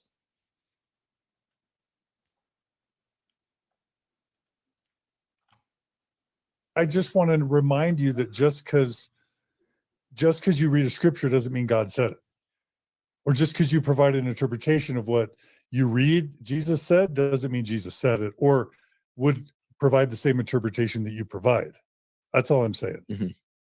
Okay, I mean, reading anything out of the Bible in your worldview, like, it doesn't hold much weight because you are very dubious of the Bible itself, even being. I mean, you would do the same with scriptures that you don't agree with, right? Like when Jesus said divorce is wrong and she shouldn't get divorced. I don't think the church holds that Jesus or the teaching today, or that women should stay silent in the church. That very same New Testament you're reading from says women should stay silent in the church. The same Doctrine and Covenants that you just quoted from says that the earth is 7,000 years old, and you guys are like, I don't know about that one, right? So you do it too. You do it too. I mean, but I'd like to hear what you were saying that scripture meant. You're basically saying people. Okay, is that it? I know you're looking at it because it's also small where it's ending. So hopefully it's 2 seconds past. Yep. That's got it pretty much everything. And the only thing I want to comment about this, first off, is that I thought John and Gerardo did a really good job of feeding them back what it was that they were trying to accuse them of. And by the way, they have to change the subject. The Paul brothers have to change the subject after that because they were caught red-handed on that one. But once again, they've already admitted that prophets can make mistakes. Now, I know the current wisdom of Mormons and apologists is that if all 15 agree on something, then that makes it revelation, right? But that's a tough argument to defend because what you're really saying is if only 1 or 2 or 6 or 10 of these prophets or whoever say something, well, that's not enough. That's the branches, right? We're only going to talk about something that everybody has said, all top 15 have said. And the reason that's a tough argument to defend is because what you're really saying is that the current wisdom is that if all top 15 agree on the wrong thing, that makes it right, just because they agreed on it. So let's say one of the apostles gets a wrong idea, which they've already admitted can happen, and convinces another apostle that the wrong idea is correct, and so on. Apparently, before this first apostle, then the second apostle convinces all 15 that the wrong idea is correct, which would make it revelation, right? And true. Apparently, God has to intervene at some point before all 15 agree. Otherwise, the wrong idea, the idea that God knows is wrong, will become doctrine in God's own church. So he has to intervene at some point before that happens and the fatal unanimity is achieved. What does God do? What is he supposed to do? Does he just do a Vulcan mind meld on number 15 so he won't agree? It seems to me that it would be a lot easier if God just told them what to do in the first place. Yeah. Why are surveys needed? Why are pilot programs needed? Why do 15 men have to argue until a new majority is reached, which may take decades and decades to do? Why is the only thing that doesn't happen in this church that God shows up in the room and tells them what the correct move is to go forward? That's the one thing that doesn't occur. And everybody in Mormonism sort of knows it. Like we all sort of know it. And we sort of pretend it still happens anyway. Yes. At 2.0 Mormonism, Yeah. we know it, but we and pretend it happens anyway. Yeah. And then to the clip there with before that, with the pause, I mean, they're trying to say, well, John, you're just wishy-washy. You just pick the scriptures that suit you. You get rid of the ones that, that go against. And as he pointed out, you're doing the same thing, aren't you? And all of a sudden he's like, oh, deer in the headlights. Let's do something else because you're right, but I don't really want to say that out loud. I'd rather just be silent, dumb and silent here for 10 seconds and wait for you to change the subject. It was a strong point for John. But yeah. And Hayden and what's the other one's name? Jackson? Like, sit for a moment. You said earlier, like, sit with your feelings, guys. Sit for a moment. Recognize that all of your answers have dead ends. This is my point in any conversation around this stuff, this Mormon stuff, is that every apologetic argument has a dead end. And if the apologist doesn't want to allow you to take it to its logical end because they know they're backed into a corner. And so with this specific thing, prophets, seers, and revelators, all of Christianity and certainly Mormonism have been playing cafeteria style with the scriptures to the point where we no longer are adamant, even though the DNC says that there should be 12 men in the room with the first presidency in a disciplinary court.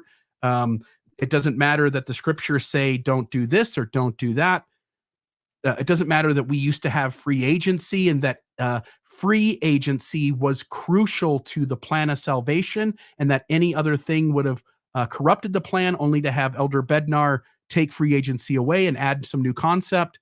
Mormons used to have the entire purpose of exaltation was to be able to create worlds that you would then populate with your spirit children.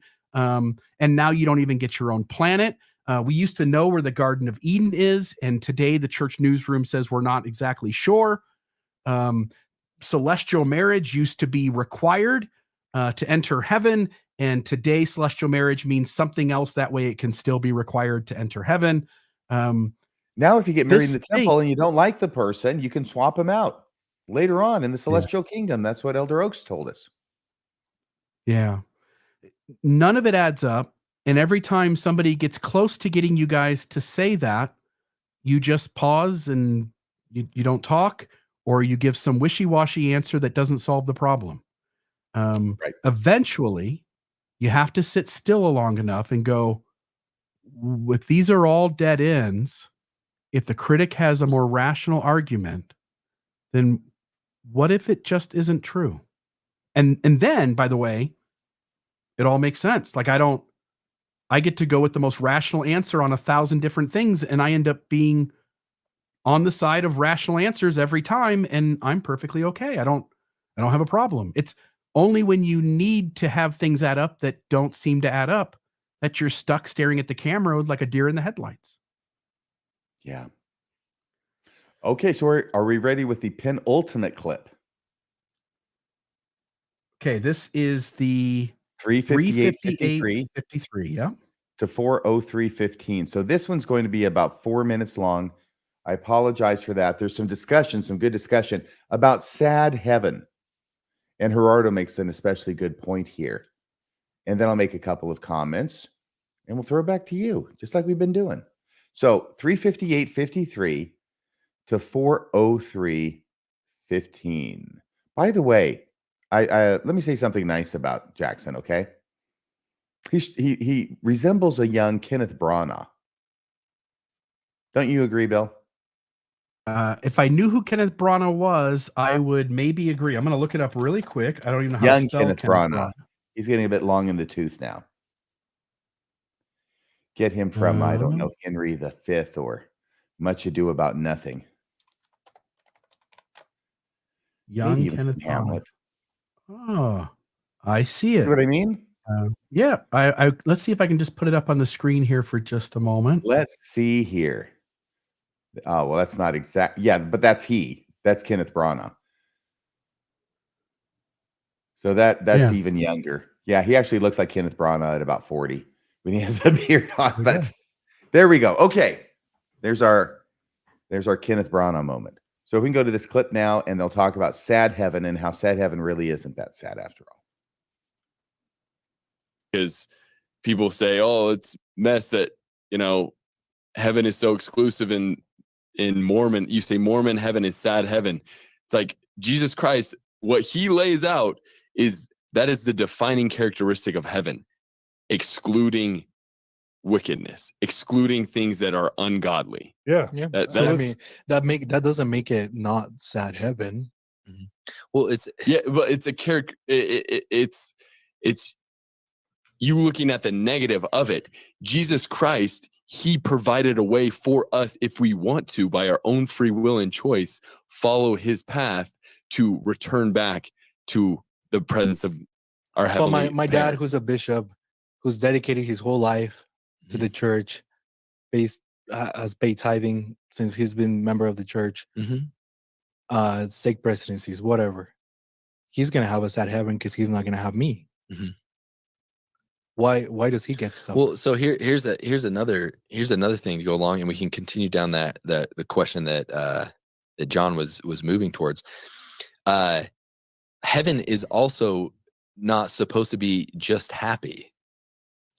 Right? Elder Holland, on the video that they play on every temple dedication, or whatever opening or whatever it's called, he says something around the lines of, heaven wouldn't be heaven for me without all my family there. Mm-hmm. Yeah. The implication is, if one of his sons or daughters are gay or lesbian, they stray away, they marry the person they love, they stop believing in the church, they're not going to be in there with him. So the implication is that it's not going to be heaven for him. Yeah, and I mean, he can say, President Holland can say what makes him heaven. Not just the church decides to play this video on every time they're about to dedicate a temple. So it's not some words that he said over there, in an obscure book. Mm-hmm. When I was a missionary, I showed Families Are Forever, video and or film strip to investigators, and it's basically these parents, they have a kid who dies, and the parents are heart-stricken about their kid dying, and they're saying, I'm never going to see my kid again, I'm going to be separated. And then it's like, oh, but because I joined the Mormon church, I can get sealed and families can be forever because you can get sealed in a Mormon temple. Well, don't you guys see that what that implies is that if you don't get sealed in a Mormon temple, you won't see your dead kid in the afterlife? Otherwise, why would they present that as a reason to get baptized? So what I'm saying is, yes, that is the case, but why? That is the question. If you don't understand the why that is the case, then it looks like a silly caricature. Does that make sense? So I can say, okay, so sorry, real quick. So what's the why? Let's say that those parents whose kid died are mad at life because their kid died, so they never join any church and are atheists, and then they die. That kid doesn't get to live with his parents in the afterlife. Why? Tell me why that is. Why in this eternal design that created a 3-level heaven with an outer darkness, what was the design for why that dead kid doesn't get to spend eternity with his parents? What's the why? Well, first off, who is to say? We're talking in hypotheticals where another fundamental doctrine that is unique to the Church of Jesus Christ of Latter-day Saints, that is missing in the rest of the Christian world, is that there is progression after this life. In the end, John, you get what you want. That's C.S. Lewis. Okay, C.S. Lewis says it too, but also that is a restoration idea. But I mean, I was around when. We got it good? Yeah, I think that's the timestamp. Okay, so I got a couple of thoughts. The first thing is this. Notice that the very first impulse, he doesn't follow through with it, but the very first impulse by Hayden is when he is confronted with this statement by Elder Holland, which apparently plays at the beginning of every temple open house, about heaven wouldn't be heaven without all my kids there, right? That they were discussing. First impulse is discount the statement. That's exactly what he does. Well, just because Elder Holland has this opinion, and then it went off somewhere else. It is remarkable as an outsider to see two faithful members of the church spend 5 hours and 47 minutes discounting statements and teachings of their own leaders whom they consider to be prophets of God. Discount, discount, discount, instead of proclaim, proclaim, proclaim. That's something that I noticed. The second thing was this last thing that he said, which I think is completely in error. Now, if anybody wants to correct me, go ahead. But this whole thing about you get what you want, that's a restorationist. No, it's not. There's no idea. There's nothing about you get what you want in the Church of Jesus Christ of Latter-day Saints. It's the opposite. You don't get what you want. What is the first law of heaven in Mormonism? It's obedience. It's you do what you're told, not you get what you want. You get what you deserve in Mormonism. You get what you qualify for in Mormonism. Now, if I want to be with a certain person forever, I'm not able to be with that person forever unless we both do all the Mormon things. And we all know what that is. That's not me getting what I want. Okay. Their rebuttal, of course, will be that if you really wanted it, you both would have done all the Mormon things you were supposed to do. And that because you didn't do all the Mormon things you were supposed to do, you didn't really want it. See, that's the argument that they're actually making, I believe. But what if you are faithful and your spouse has a faith crisis and leaves the church, or God forbid, gets excommunicated, right? You didn't want that as the faithful spouse. You didn't want it as the unfaithful spouse usually either. But we're talking about it from the TBM point of view, this you get what you want kind of attitude, this new doctrine that the Paul brothers are introducing and claiming this has been part of the church since the beginning, and with which I disagree. It doesn't matter how much you do personally. Now, when you're in that position, your spouse has left the church, you're faithful, you got married in the temple, you got kids that born under the covenant, your whole life is now topsy-turvy. You're not getting what you want. And it doesn't matter how much you do personally, how faithful you are as the faithful spouse, your eternal destiny is going to be determined by your faithless spouse. You're not going to be able to go to the celestial kingdom and live forever with that faithless spouse. In other words, you are not getting what you want. Now, the rebuttal to that, the sur-rebuttal to that argument would be, as long as you are faithful and stay faithful, God will find you somebody else for you to be with forever. But that's not what I want. You see, this is not true what they're saying. It is not a doctrine of the LDS Church that you get what you want. There's something in the Book of Mormon that could be determined to mean, well, you'll go where you're comfortable being, right? Being comfortable in a place and getting what you want are completely different things. And finally, this argument, I think this is my last comment. Yeah, this argument, which is adopted from, it's not Joseph Smith, it's not Brigham Young, it's not Russell M. Nelson, it's C.S. freaking Lewis, for crying out loud. Here's a memo. C.S. Lewis was not a Mormon. He was an Anglican. And this is not the only time that the Paul brothers are bringing out C.S. Lewis to try and support Mormon doctrine, which is a bit odd, but not unprecedented. They quote C.S. Lewis an awful lot on doctrine. But here, C.S. Lewis, what he said does not square with Mormon theology. It seems to me, in short, let me back up and say I believe universalism is the theology that ultimately everybody gets saved in heaven. So salvation is universal. It's universalism.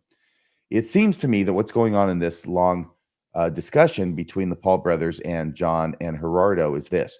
The Paul brothers are trying to make Mormonism into universalism while at the same time still denouncing universalism. And I think that encapsulates a lot of why it is that their arguments don't follow. Your thoughts, Bill? They sort of sense the logic of where John's taking them, that it doesn't work. So then they decide they're going to hang their hat on, well, don't forget, everybody, in Mormonism, we believe in progression.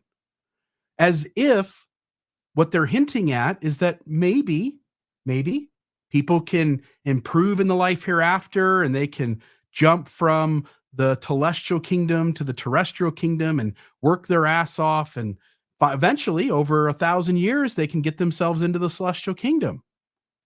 Well, that goes back to the thing we started off with, which is some prophets, seers, and revelators have suggested that's how the gospel works on the other side. Other prophets, seers, and revelators have said that's absolutely false doctrine and not true. And you're getting to pick, you Paul brothers are getting to go, well, in order to make all this work, I'm going to go with that side because it suits my argument. Yep. When in reality, I'm still stuck going, how do we know which one's right and which one's wrong? And you're getting some sort of authority to decide which one we go with. That doesn't make any sense at all. You have to give me some sort of litmus test that I can apply and know that whatever thing Prophet A taught is true and whatever thing Prophet B taught is false.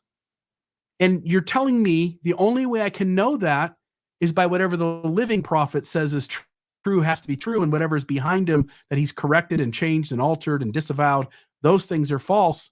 Well, the problem now is that that guy's going to die and someone else is going to lead. And I already know that if Mormonism acts in the future as it's been in the past, that things in the future are going to change too.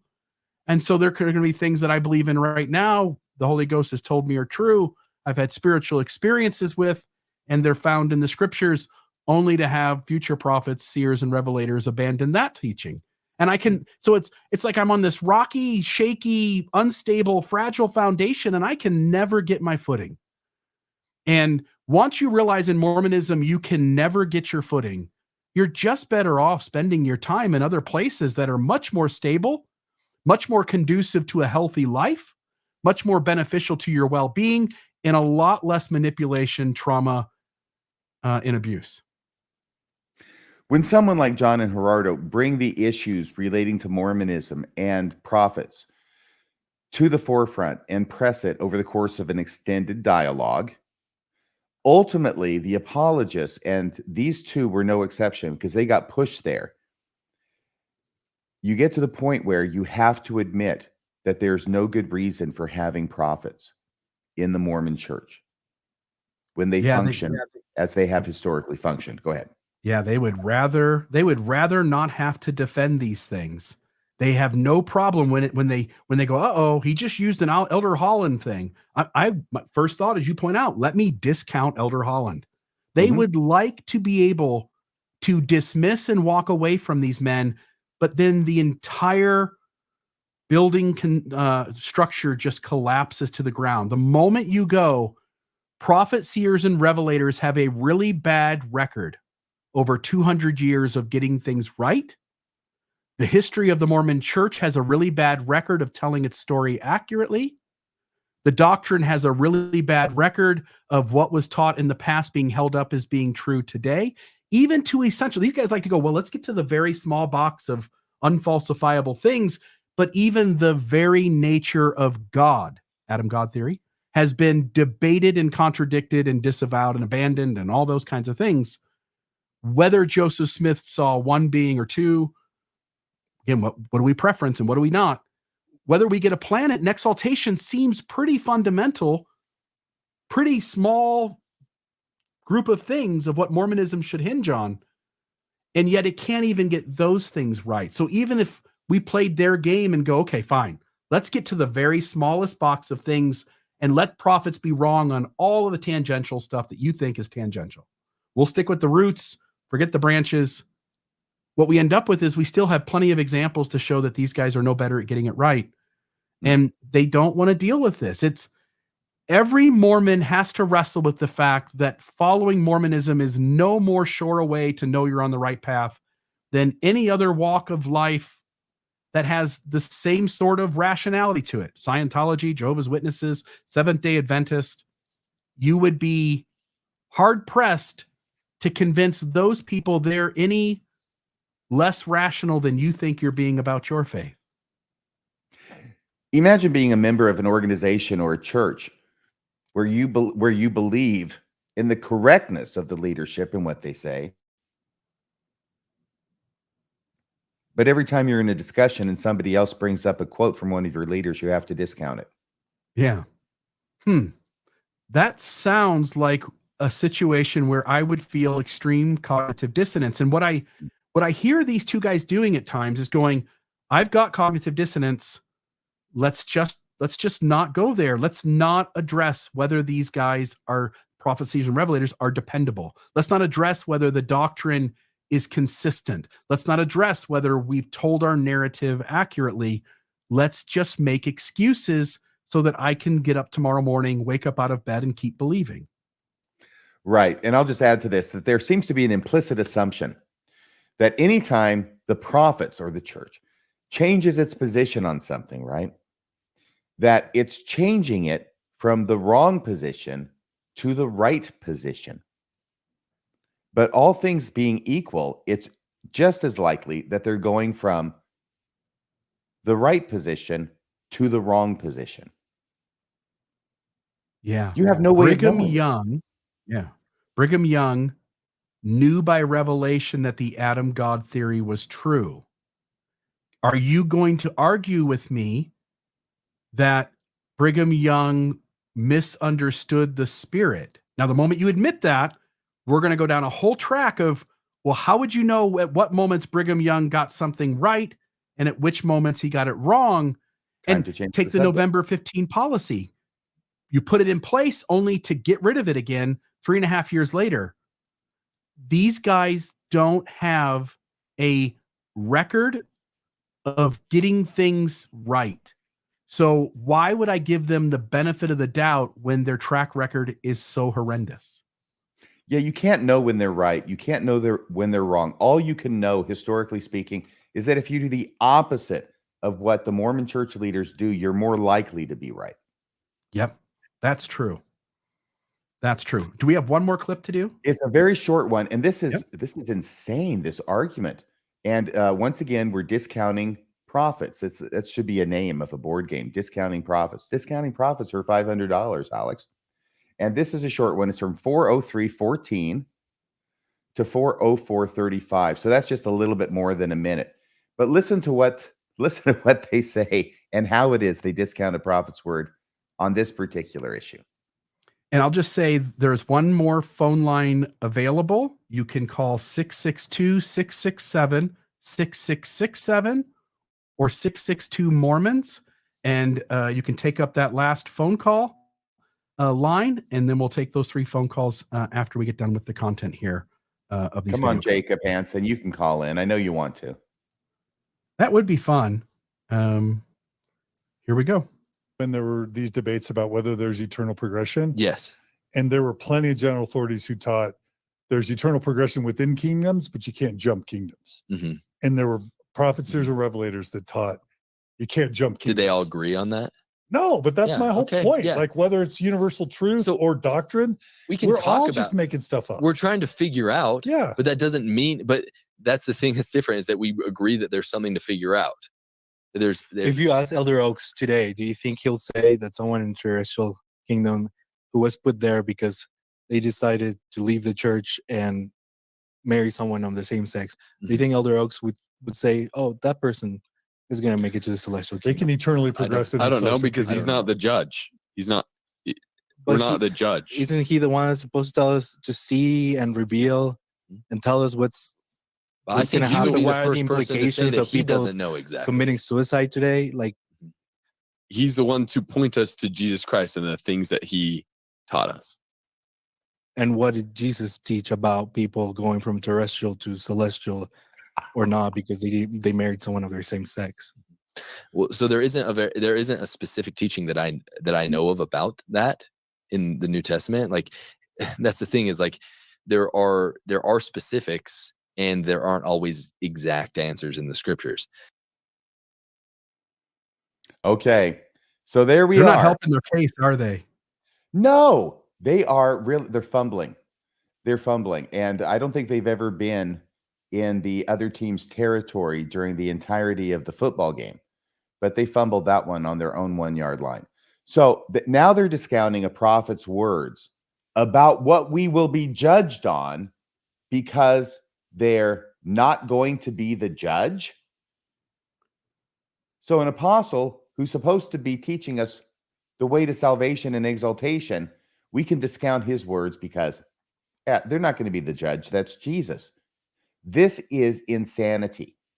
If a prophet has any use in this world, isn't it to tell us what we need to do to be saved? And if they are telling us untrue things about what we need to do to be saved, that's a pretty big miss for a prophet. The Paul brothers are okay with prophets getting things wrong on salvation because they're not going to judge us. How on earth does that even make any sense? We know they're not going to be our judge, but we have been taught and they have claimed that they have a special connection with Jesus so they can pass along the good word about what we do need to do. So I know this was the end of a long conversation, but I think that position they staked out was indefensible. What do you think about it, Bill? Did I hear them at the end go, what the hell does Elder Oaks know? We don't trust him to have the answer for this thing. You're pointing out an Elder Oaks quote, and we're going to go, we're not comfortable with that quote. We want to leave room that Elder Oaks is wrong. So we're going to say, what the hell does Elder Oaks know? Well, you just made John's point for him. How the hell do we know?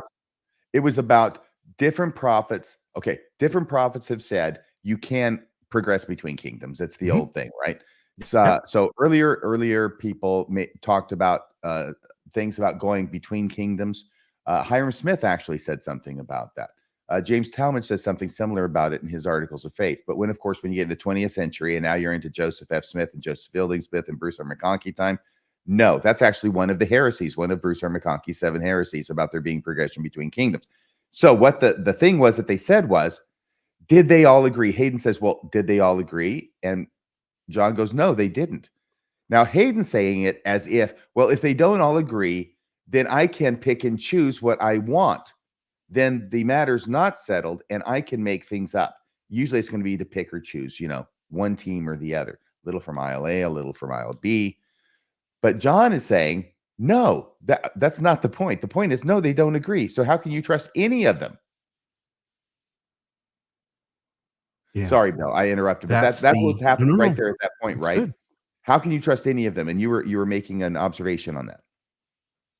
That's just it. That the moment you tell me that your comfort level with something is low, so you choose to go with the other side, well, guess what? My comfort level with all of Mormonism is the same as you feel about Elder Oaks in that situation.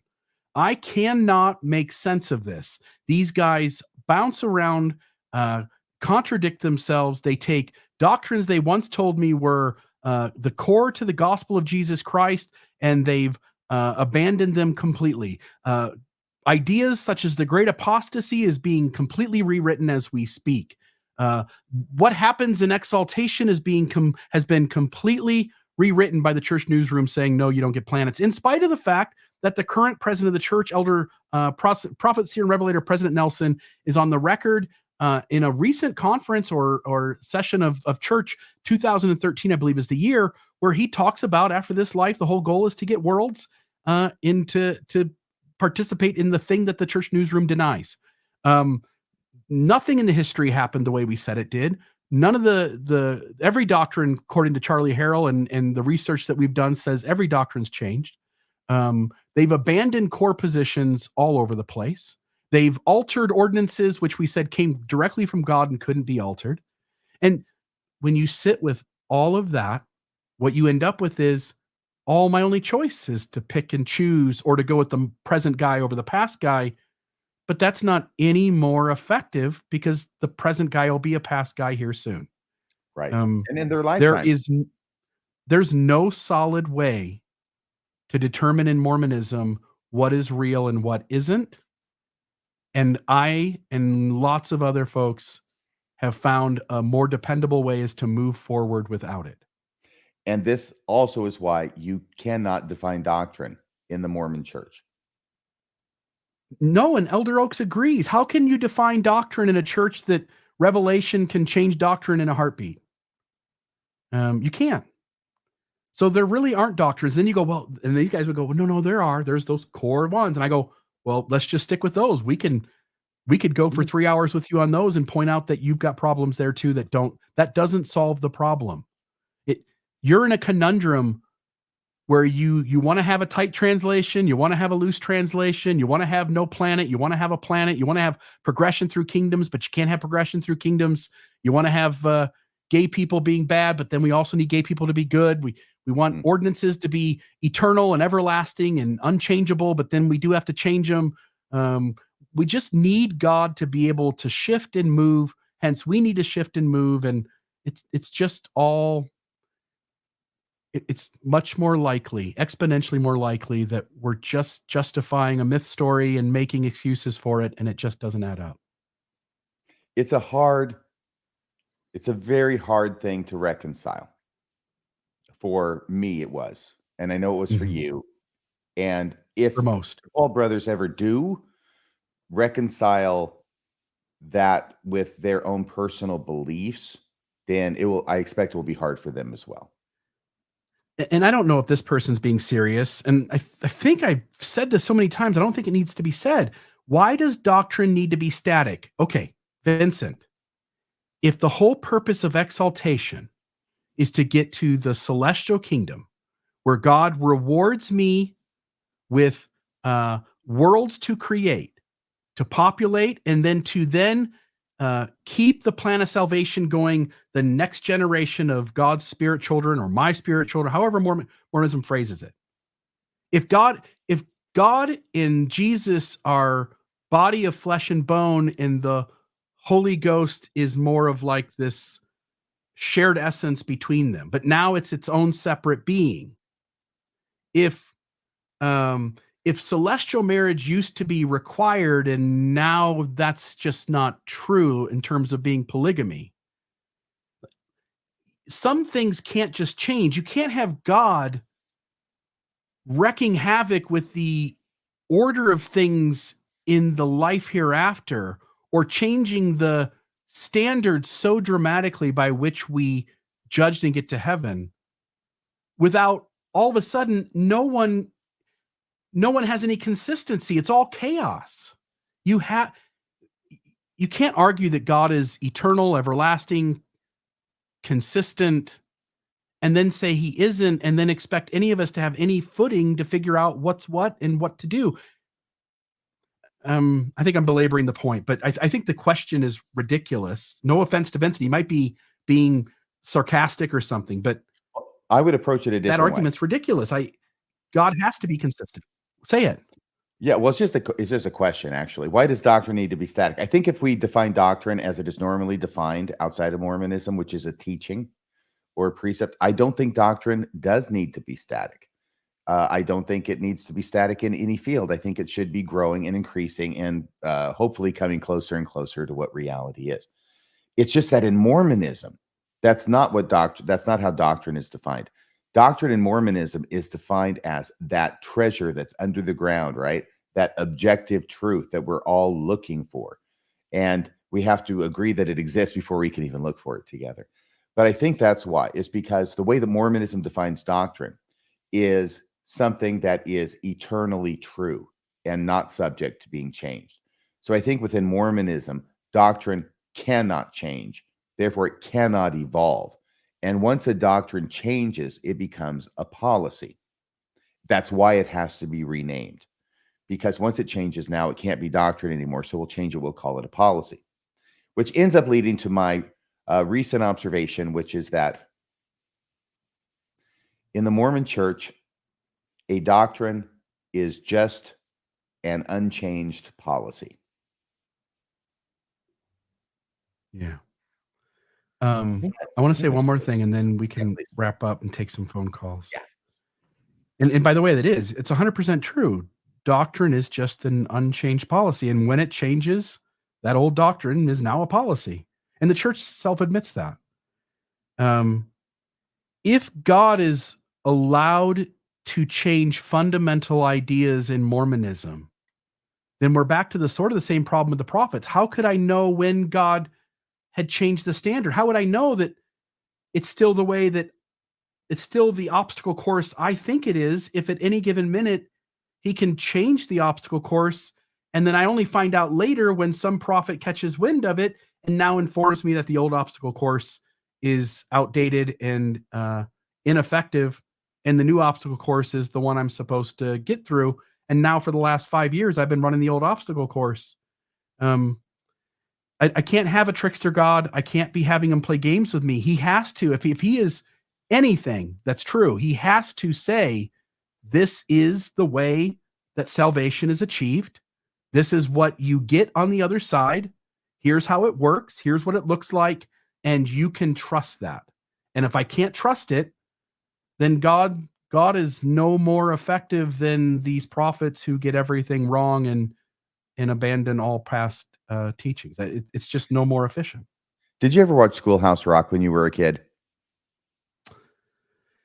Yes, I think they were cartoons, but I'm not educational certain. cartoons that came on between cartoons on Yeah, regular yep. cartoons on Mhm. Saturday morning.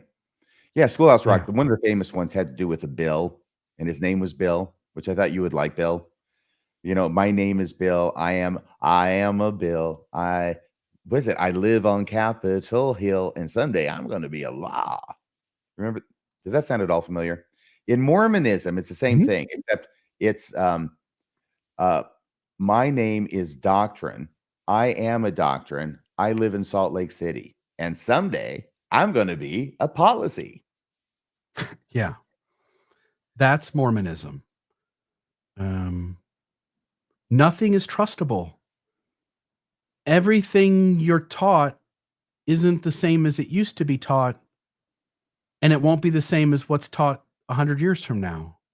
And so none of it's dependable. And they self-admit that by wanting to be allowed to throw Elder Oaks under the bus and Elder Holland under the bus. They have their backs up against the wall. If we have the priesthood authority to perform these ordinances, we're the only ones who have it. So you have to come to us and pay us in order to get the celestial kingdom. That's what they're backed up to the wall against now. That's the only thing that is essential. I mean, we'll throw some Jesus in there because he does some good stuff, but that is what the Mormon church has been stripped away to. They cannot concede that point. So that's where they are now, I believe, with the priesthood authority of God. But when you look at, just statistically speaking, the number of things that they've been wrong about, why should you believe them on this whole priesthood business? Yeah. They're not dependable. Okay. Are you ready for phone calls? I am so ready. We've been going at this for 2.5 hours. It only seems like 10 minutes. Yeah. Sorry, folks, that at least at the beginning, there was some serious technical issues. I hope that you were able to make your way through it. It looks like we have more people now than we had then. So I'll consider that a small victory. It's doing much better now. I think we had people in the audience praying for us. Perfect. And one of those folks I think that was probably praying for us is Ted. Ted calls in from time to time. Let's make sure if the phone lines are working. Ted, are you there? Oh, I don't hear you. So give me just a second, Ted. I'm going to try something. Ted Nugent. He's probably practicing a little cat scratch fever in his garage. Theodore Nugent. That was a big song back when I was in high school. Could have been. I'm going to try something. Yeah, you keep talking because I'm going to try something. I'm doing my best. I'm going to have to put my tap sheet on here in a second. Did you know cat scratch fever? It's a really catchy tune. Cat scratch fever. Cat scratch fever. I think that's how it goes. I think we'll have everybody sing a round of it. Let me see if he's on the speaker. Ted, are you there? I'm here. Okay, that's all right. You're good. Let me try. Thank goodness. There we are. I think I got you. Go ahead, Ted. Yeah. So yeah, I had to call in. You guys did a a great job. And like a lot of the things that you guys did a deep dive on, I'm going to bring it more to the surface because the Paul brothers are kind of kindred spirits to me. Like, so they're Marine infantry, which that's what I was. And when you're in the infantry, you're even from your drill instructor onto your infantry sergeant drills in the fact that you will be a believer in something. And I can totally see, because a lot of times I'll watch PBMs and say, well, how are they putting this together? How are they putting this together? The Paul brothers are not doing it that way. They're taking it from the standpoint that it is true, and they're going to make it true no matter what they have to do. But I watched that whole show with John, and it was just fascinating to me because it was really the first time that I put it together that they don't really care. You can dive as deep as you want, and it doesn't matter to them. They're going to believe. And honestly, like when I was in a foxhole, I mean, I wanted to be beside somebody that believed in something, some higher power, and they've locked onto it. They grew up as Mormons, and they've just dug their heels in, and they may come out of it, but it's going to be years before they do, from what I'm seeing of them. But yeah, I just wanted to make a comment, guys, and also RFM, show us your shirt too, by the way. You can't see this? You can't see this, my friend? No, I can't see your whole shirt. Oh, there you go. There, you saw that? Okay. Good. It's the Ghost Rider Motorcycle Club, okay. baby. Coming at you. Spirit of Vengeance. Yeah. Very nice. Very nice. Well, thank you, Ted. All right, gentlemen, that's all I had to say. But that was watching that episode with John, and then hearing you guys comment. You guys are diving in much deeper than what they're taking it as. They're just going to believe in something, and they're still in the infantry now. They're just in the reserves. So it's going to be years before they put two and two together. But yeah, that's all I have, gentlemen. Have a great day. Thank you so much. Thanks for calling. Thanks for watching, Ted. He's right. It's no fault of their own. It's the believer mindset. Been there. You've been there. It will take, if at all, some people are able to get through their entire life justifying the irrationality of all of it. And if they figure it out, you can tell by the way they answer questions, they're still years away from that. Yeah. And once again, the presentism. You think that wherever you are, that is the summit of all knowledge. Yeah. No. You don't know shit. I don't know shit. And those guys definitely don't know shit. I walk into a Barnes and Noble, and I go in a bookstore. I love bookstores, RFM. I love to just go find a section and find an interesting book, and I'll buy it and take it home. And sometimes it gets read and sometimes it doesn't. I have books I haven't read. Right. But I walk into a bookstore and I'm sad because I look around. I feel like melancholy in a bookstore and joy. Like there's different parts of me. Mm-hmm. I feel sad because all that information and knowledge, people who have read and studied and thought about and then put their ideas to paper, and they have something of value to say. And it is impossible for even the most voracious of readers to even get a tenth of what is available to them. It's true. So you never can know what you don't know. Right. On the other hand, you miss out on a lot of crappy books. You do. You have to choose wisely. But even amongst the good books, you'll never even get a microscopic portion into the information that's available to learn. Before the second caller, can I go ahead and say this right now? Because I don't want to say this at the very end, because this is going to run me perilously close to sounding conceited. And I never like to sound conceited. I never like to give it away. Yeah, not you. Okay. But here's the thing. One of the things that happened at the end of this debate with the Paul brothers is where Hayden starts talking to John about the Book of Mormon. Remember? When was the last time you read the Book of Mormon? And John's, he's being honest, bless him. Well, I don't know, maybe 20 years ago. Well, now Hayden knows his problem. This is why.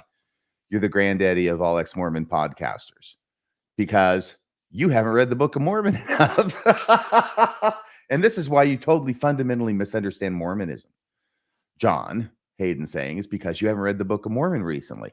Well, first off, John understands Mormonism a lot better than Hayden and Paul put together. But let me just say that I have read the Book of Mormon 30 times. Most recent time is this year, back 30 years ago, before these cats were born. I published on the Book of Mormon in the Journal of Book of Mormon Studies, which was published by the Foundation for Ancient Research in Mormon Studies, a paper on the Book of Mormon text. And then a year later, I did the same thing on another issue. And then 10 years ago in 2014, I published a paper dealing with the Book of Mormon text in BYU Studies. And yet, here I am, Radio Free Mormon.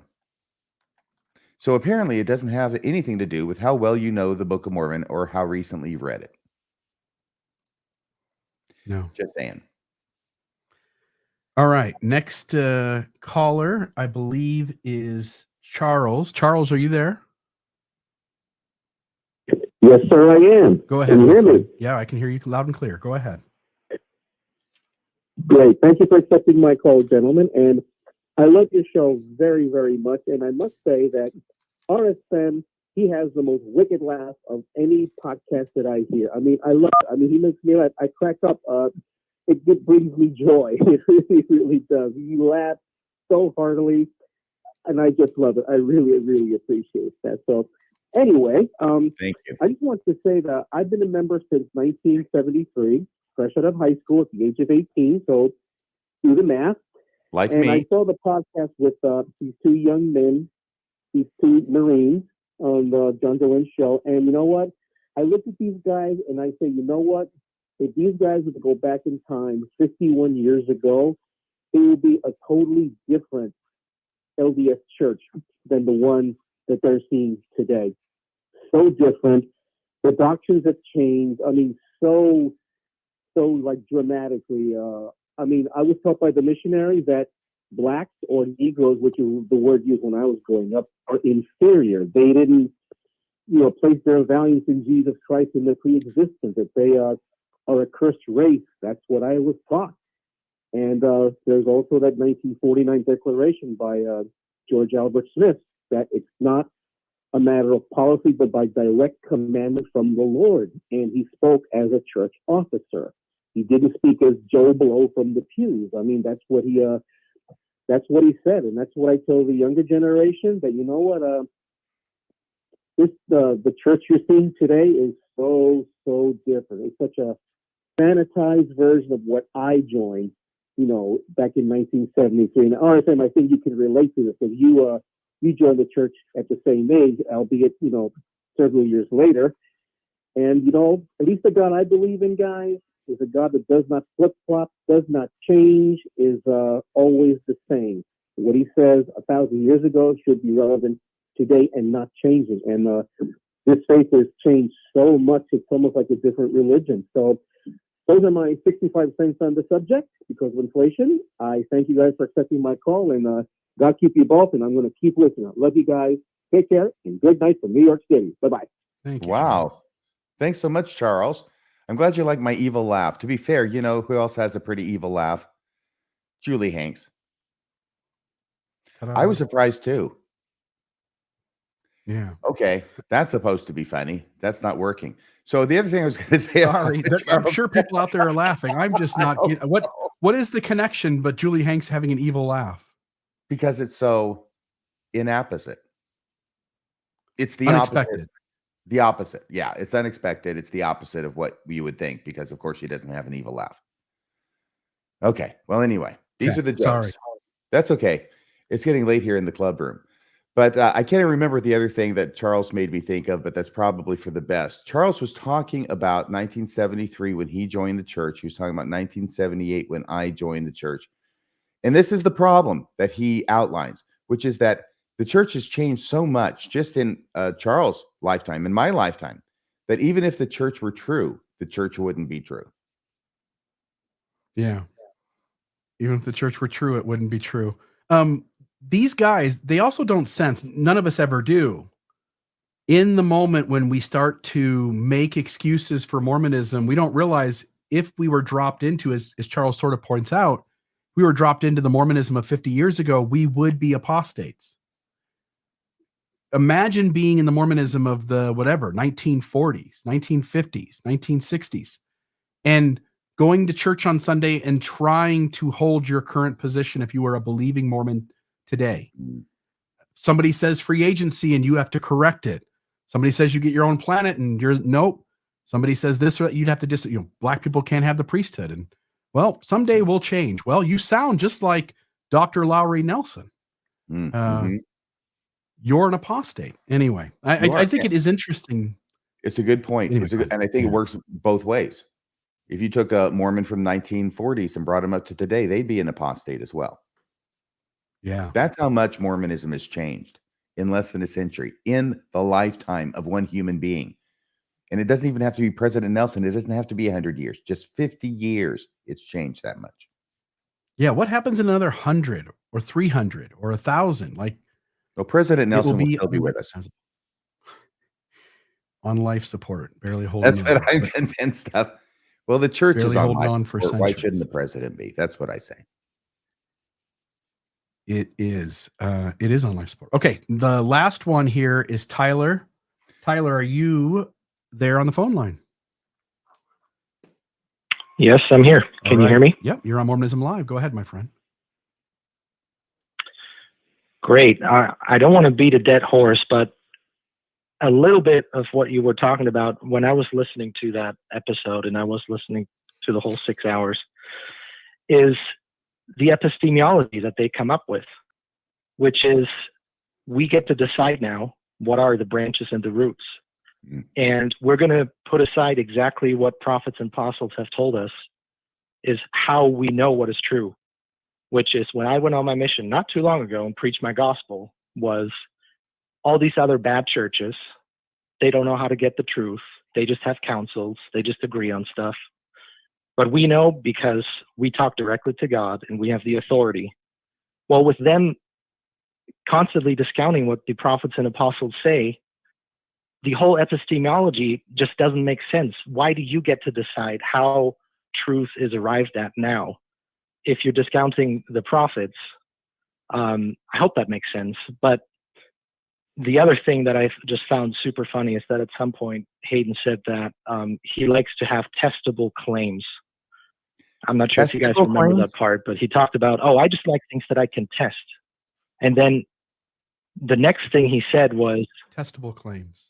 Sorry, what was that? I said testicle claims. Maybe we had a little glitch here. Testicle claims. Yeah, no testicle claims.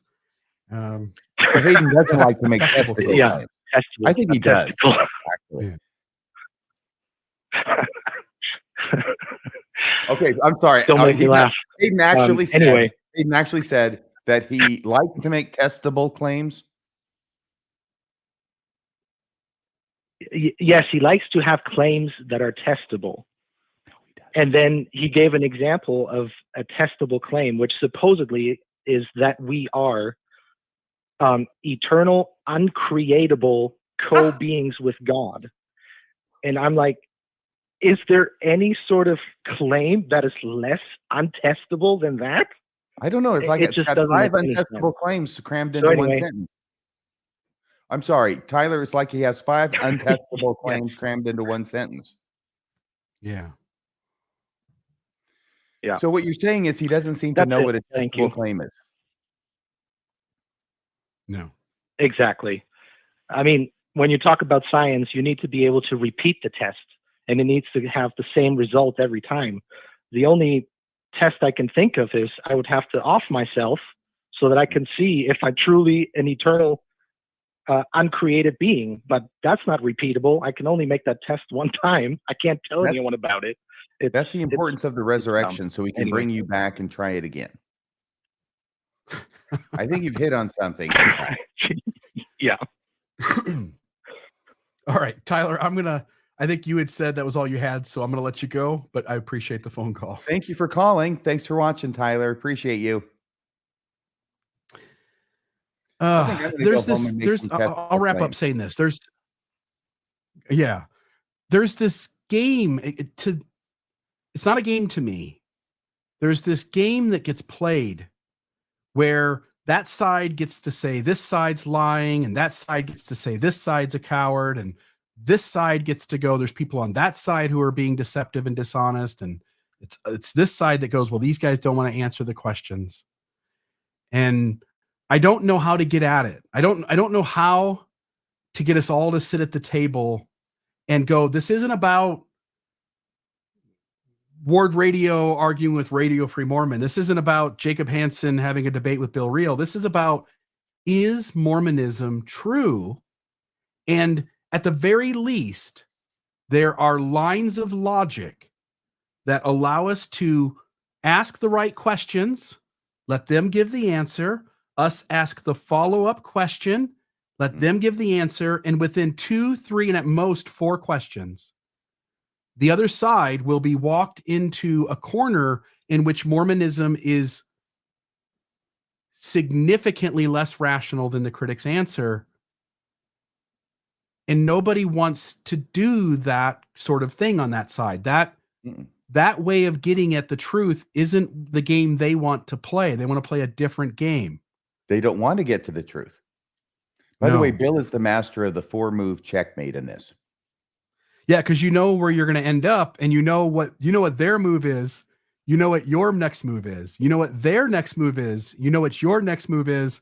And by the time you're done, they didn't see it coming, but they're left unable to get out. Go back and see Jacob Hansen acknowledge that the Adamic language couldn't have been known by Joseph Smith. And you just see it. You see Jim Bennett. Oh, go ahead. And I just said Jim Bennett. Let me just say one thing: that Jim Bennett, when he's asked, "Would you let your kid live in the home of Joseph Smith?" and he says no. Anyway, it's easy to walk these guys in, but they don't want that, and I get it. But I'm just telling you, that's the only game in town, is if you're willing to let me show you that Mormonism doesn't add up. I don't care if you show me that my worldview doesn't add up. I'm not really investing that much in my worldview. I'm just trying to be good to people. As John said, reduce harm and be good to people. And that's where I'm going to live. But you having Mormonism be true makes all the difference about how you behave and how you act. You would be very different if Mormonism wasn't true. Anyway, go ahead, RFM. I rambled long enough. No, it's just I just caught myself being two-faced. It's actually looking at things from two different perspectives, because as soon as you said Jacob and reminded me that he had said that about Joseph Smith not knowing Adamic, even though he claimed he did. And I said that was a bad move. Well, when I say that's a bad move, I'm saying it from a tactical position. That was a bad move for him to admit when his job is to defend Joseph Smith's prophetic calling. Yeah. On the other hand, the good move about it, and the good move is much better than the bad move is bad, is that he was being honest. Yeah. So I don't want to leave a comment saying that was a bad move when actually that was one of the few good moves that Jacob Hansen has ever made that I've seen. Because I think that people should be honest. Yeah. It might be the only moment in all the hours of him and I going back and forth across 2 or 3 conversations where I felt like he was vulnerable and he just told the truth. He told the unsayable thing that we're not allowed to say in Mormonism. And then what did he do immediately after that? Is he quickly went, ooh, let's move on. Like, nope, let's not talk about that subject anymore. And he forced me to change the subject. He did not. He was adamant that I will not stay on the subject. I will not let you ask me this line of questioning. It gets really uncomfortable when you're asked the follow-up question. He knows where it leads as well as you do. And when you've been doing this as long as I have and as long as you have, but not quite as long as the Paul brothers have. Okay, like you said, here's the opening move, and then here's the response move, and here's the next move, and now here's the next move. You know that down 8 or 9 or 10. And what you're hoping is that you know the sequence one step further than your opponent does. Mm-hmm. Because if you get to that 9th move and he doesn't know the 9th counter move, boom, you've got him. And what that manifests itself in apologetics is he doesn't know the comeback. He doesn't know the counter argument that you're supposed to give at this point, and therefore I win. Yeah. Yeah. Anyway, I want to say this about their conversation. Grateful that they took on the challenge of sitting down with John and allowing 5 hours of conversation. Yeah. I heard that both of them are getting ready to be sent out into active duty. I wish them both the best and wish them safety. I think being in the military is obviously somebody's got to protect us, and they're the ones who raised their hand to do it. And I wish nothing but safety and goodness in all that they do, both in life and in the military. And I really appreciate John Dehlin and Gerardo. I told you before the show started that I think of you as being really smart, and you say things that I go like, I could never have thought to even respond that way. And I feel that way a lot with John Dehlin as well. There's times where conversations are happening and he handles a moment in a conversation. He handles a question or a response in a way that I go, man, that was brilliant. And I would not have thought to do that. And so kudos to the four of them for having the conversation. And I'm really grateful that we had a chance to sit down with, 7 of those moments and expound further with them, with our audience. So anyway, anything last from you before I close? No, except that it's been great. It's been wonderful. Thanks, everybody. By the way, I'm already into automatic mode. This is your show. I'll let you lead us out. I'll just give a friendly reminder about Mormonism Live this Friday at 8:00. Mormonism After Dark. Mormonism After Dark. That's what I said. Mormonism After Dark. Something will be on this Friday at 8 p.m. and it will be viewer driven. And maybe, I don't know, is it possible to even get like a StreamYard link where people can appear on the screen? Yeah, I thought every show of Mormonism After Dark, if you go in YouTube, you're watching it, down below in the show notes, above the comment section below, not the live chat off to the side, actually that side, in between the screen you're watching, as well as below where the comment section is, in between that will be the YouTube description for that episode. It will have in there the phone number, the there was something else to be able to come on, and then it'll also have the StreamYard link where you can come in. And we did have a person last week who did come into the show that way. So was that toward the end of the show? I don't remember. I just remember there was somebody down below and we went to them and they spoke. So there is a way to come into the show, and that actually functions better as our call-in studio sort of doesn't work great. Yeah. It would actually be preferred.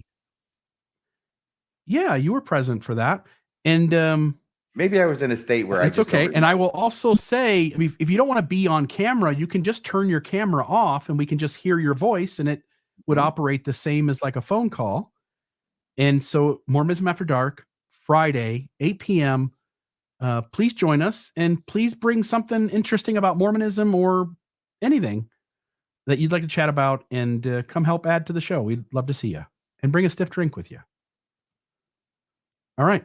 Have a great night, everybody. And thanks for joining Mormonism Live. Hopefully see you Friday. If not, we'll see you next week for the new show or the next episode of Mormonism Live. Good night.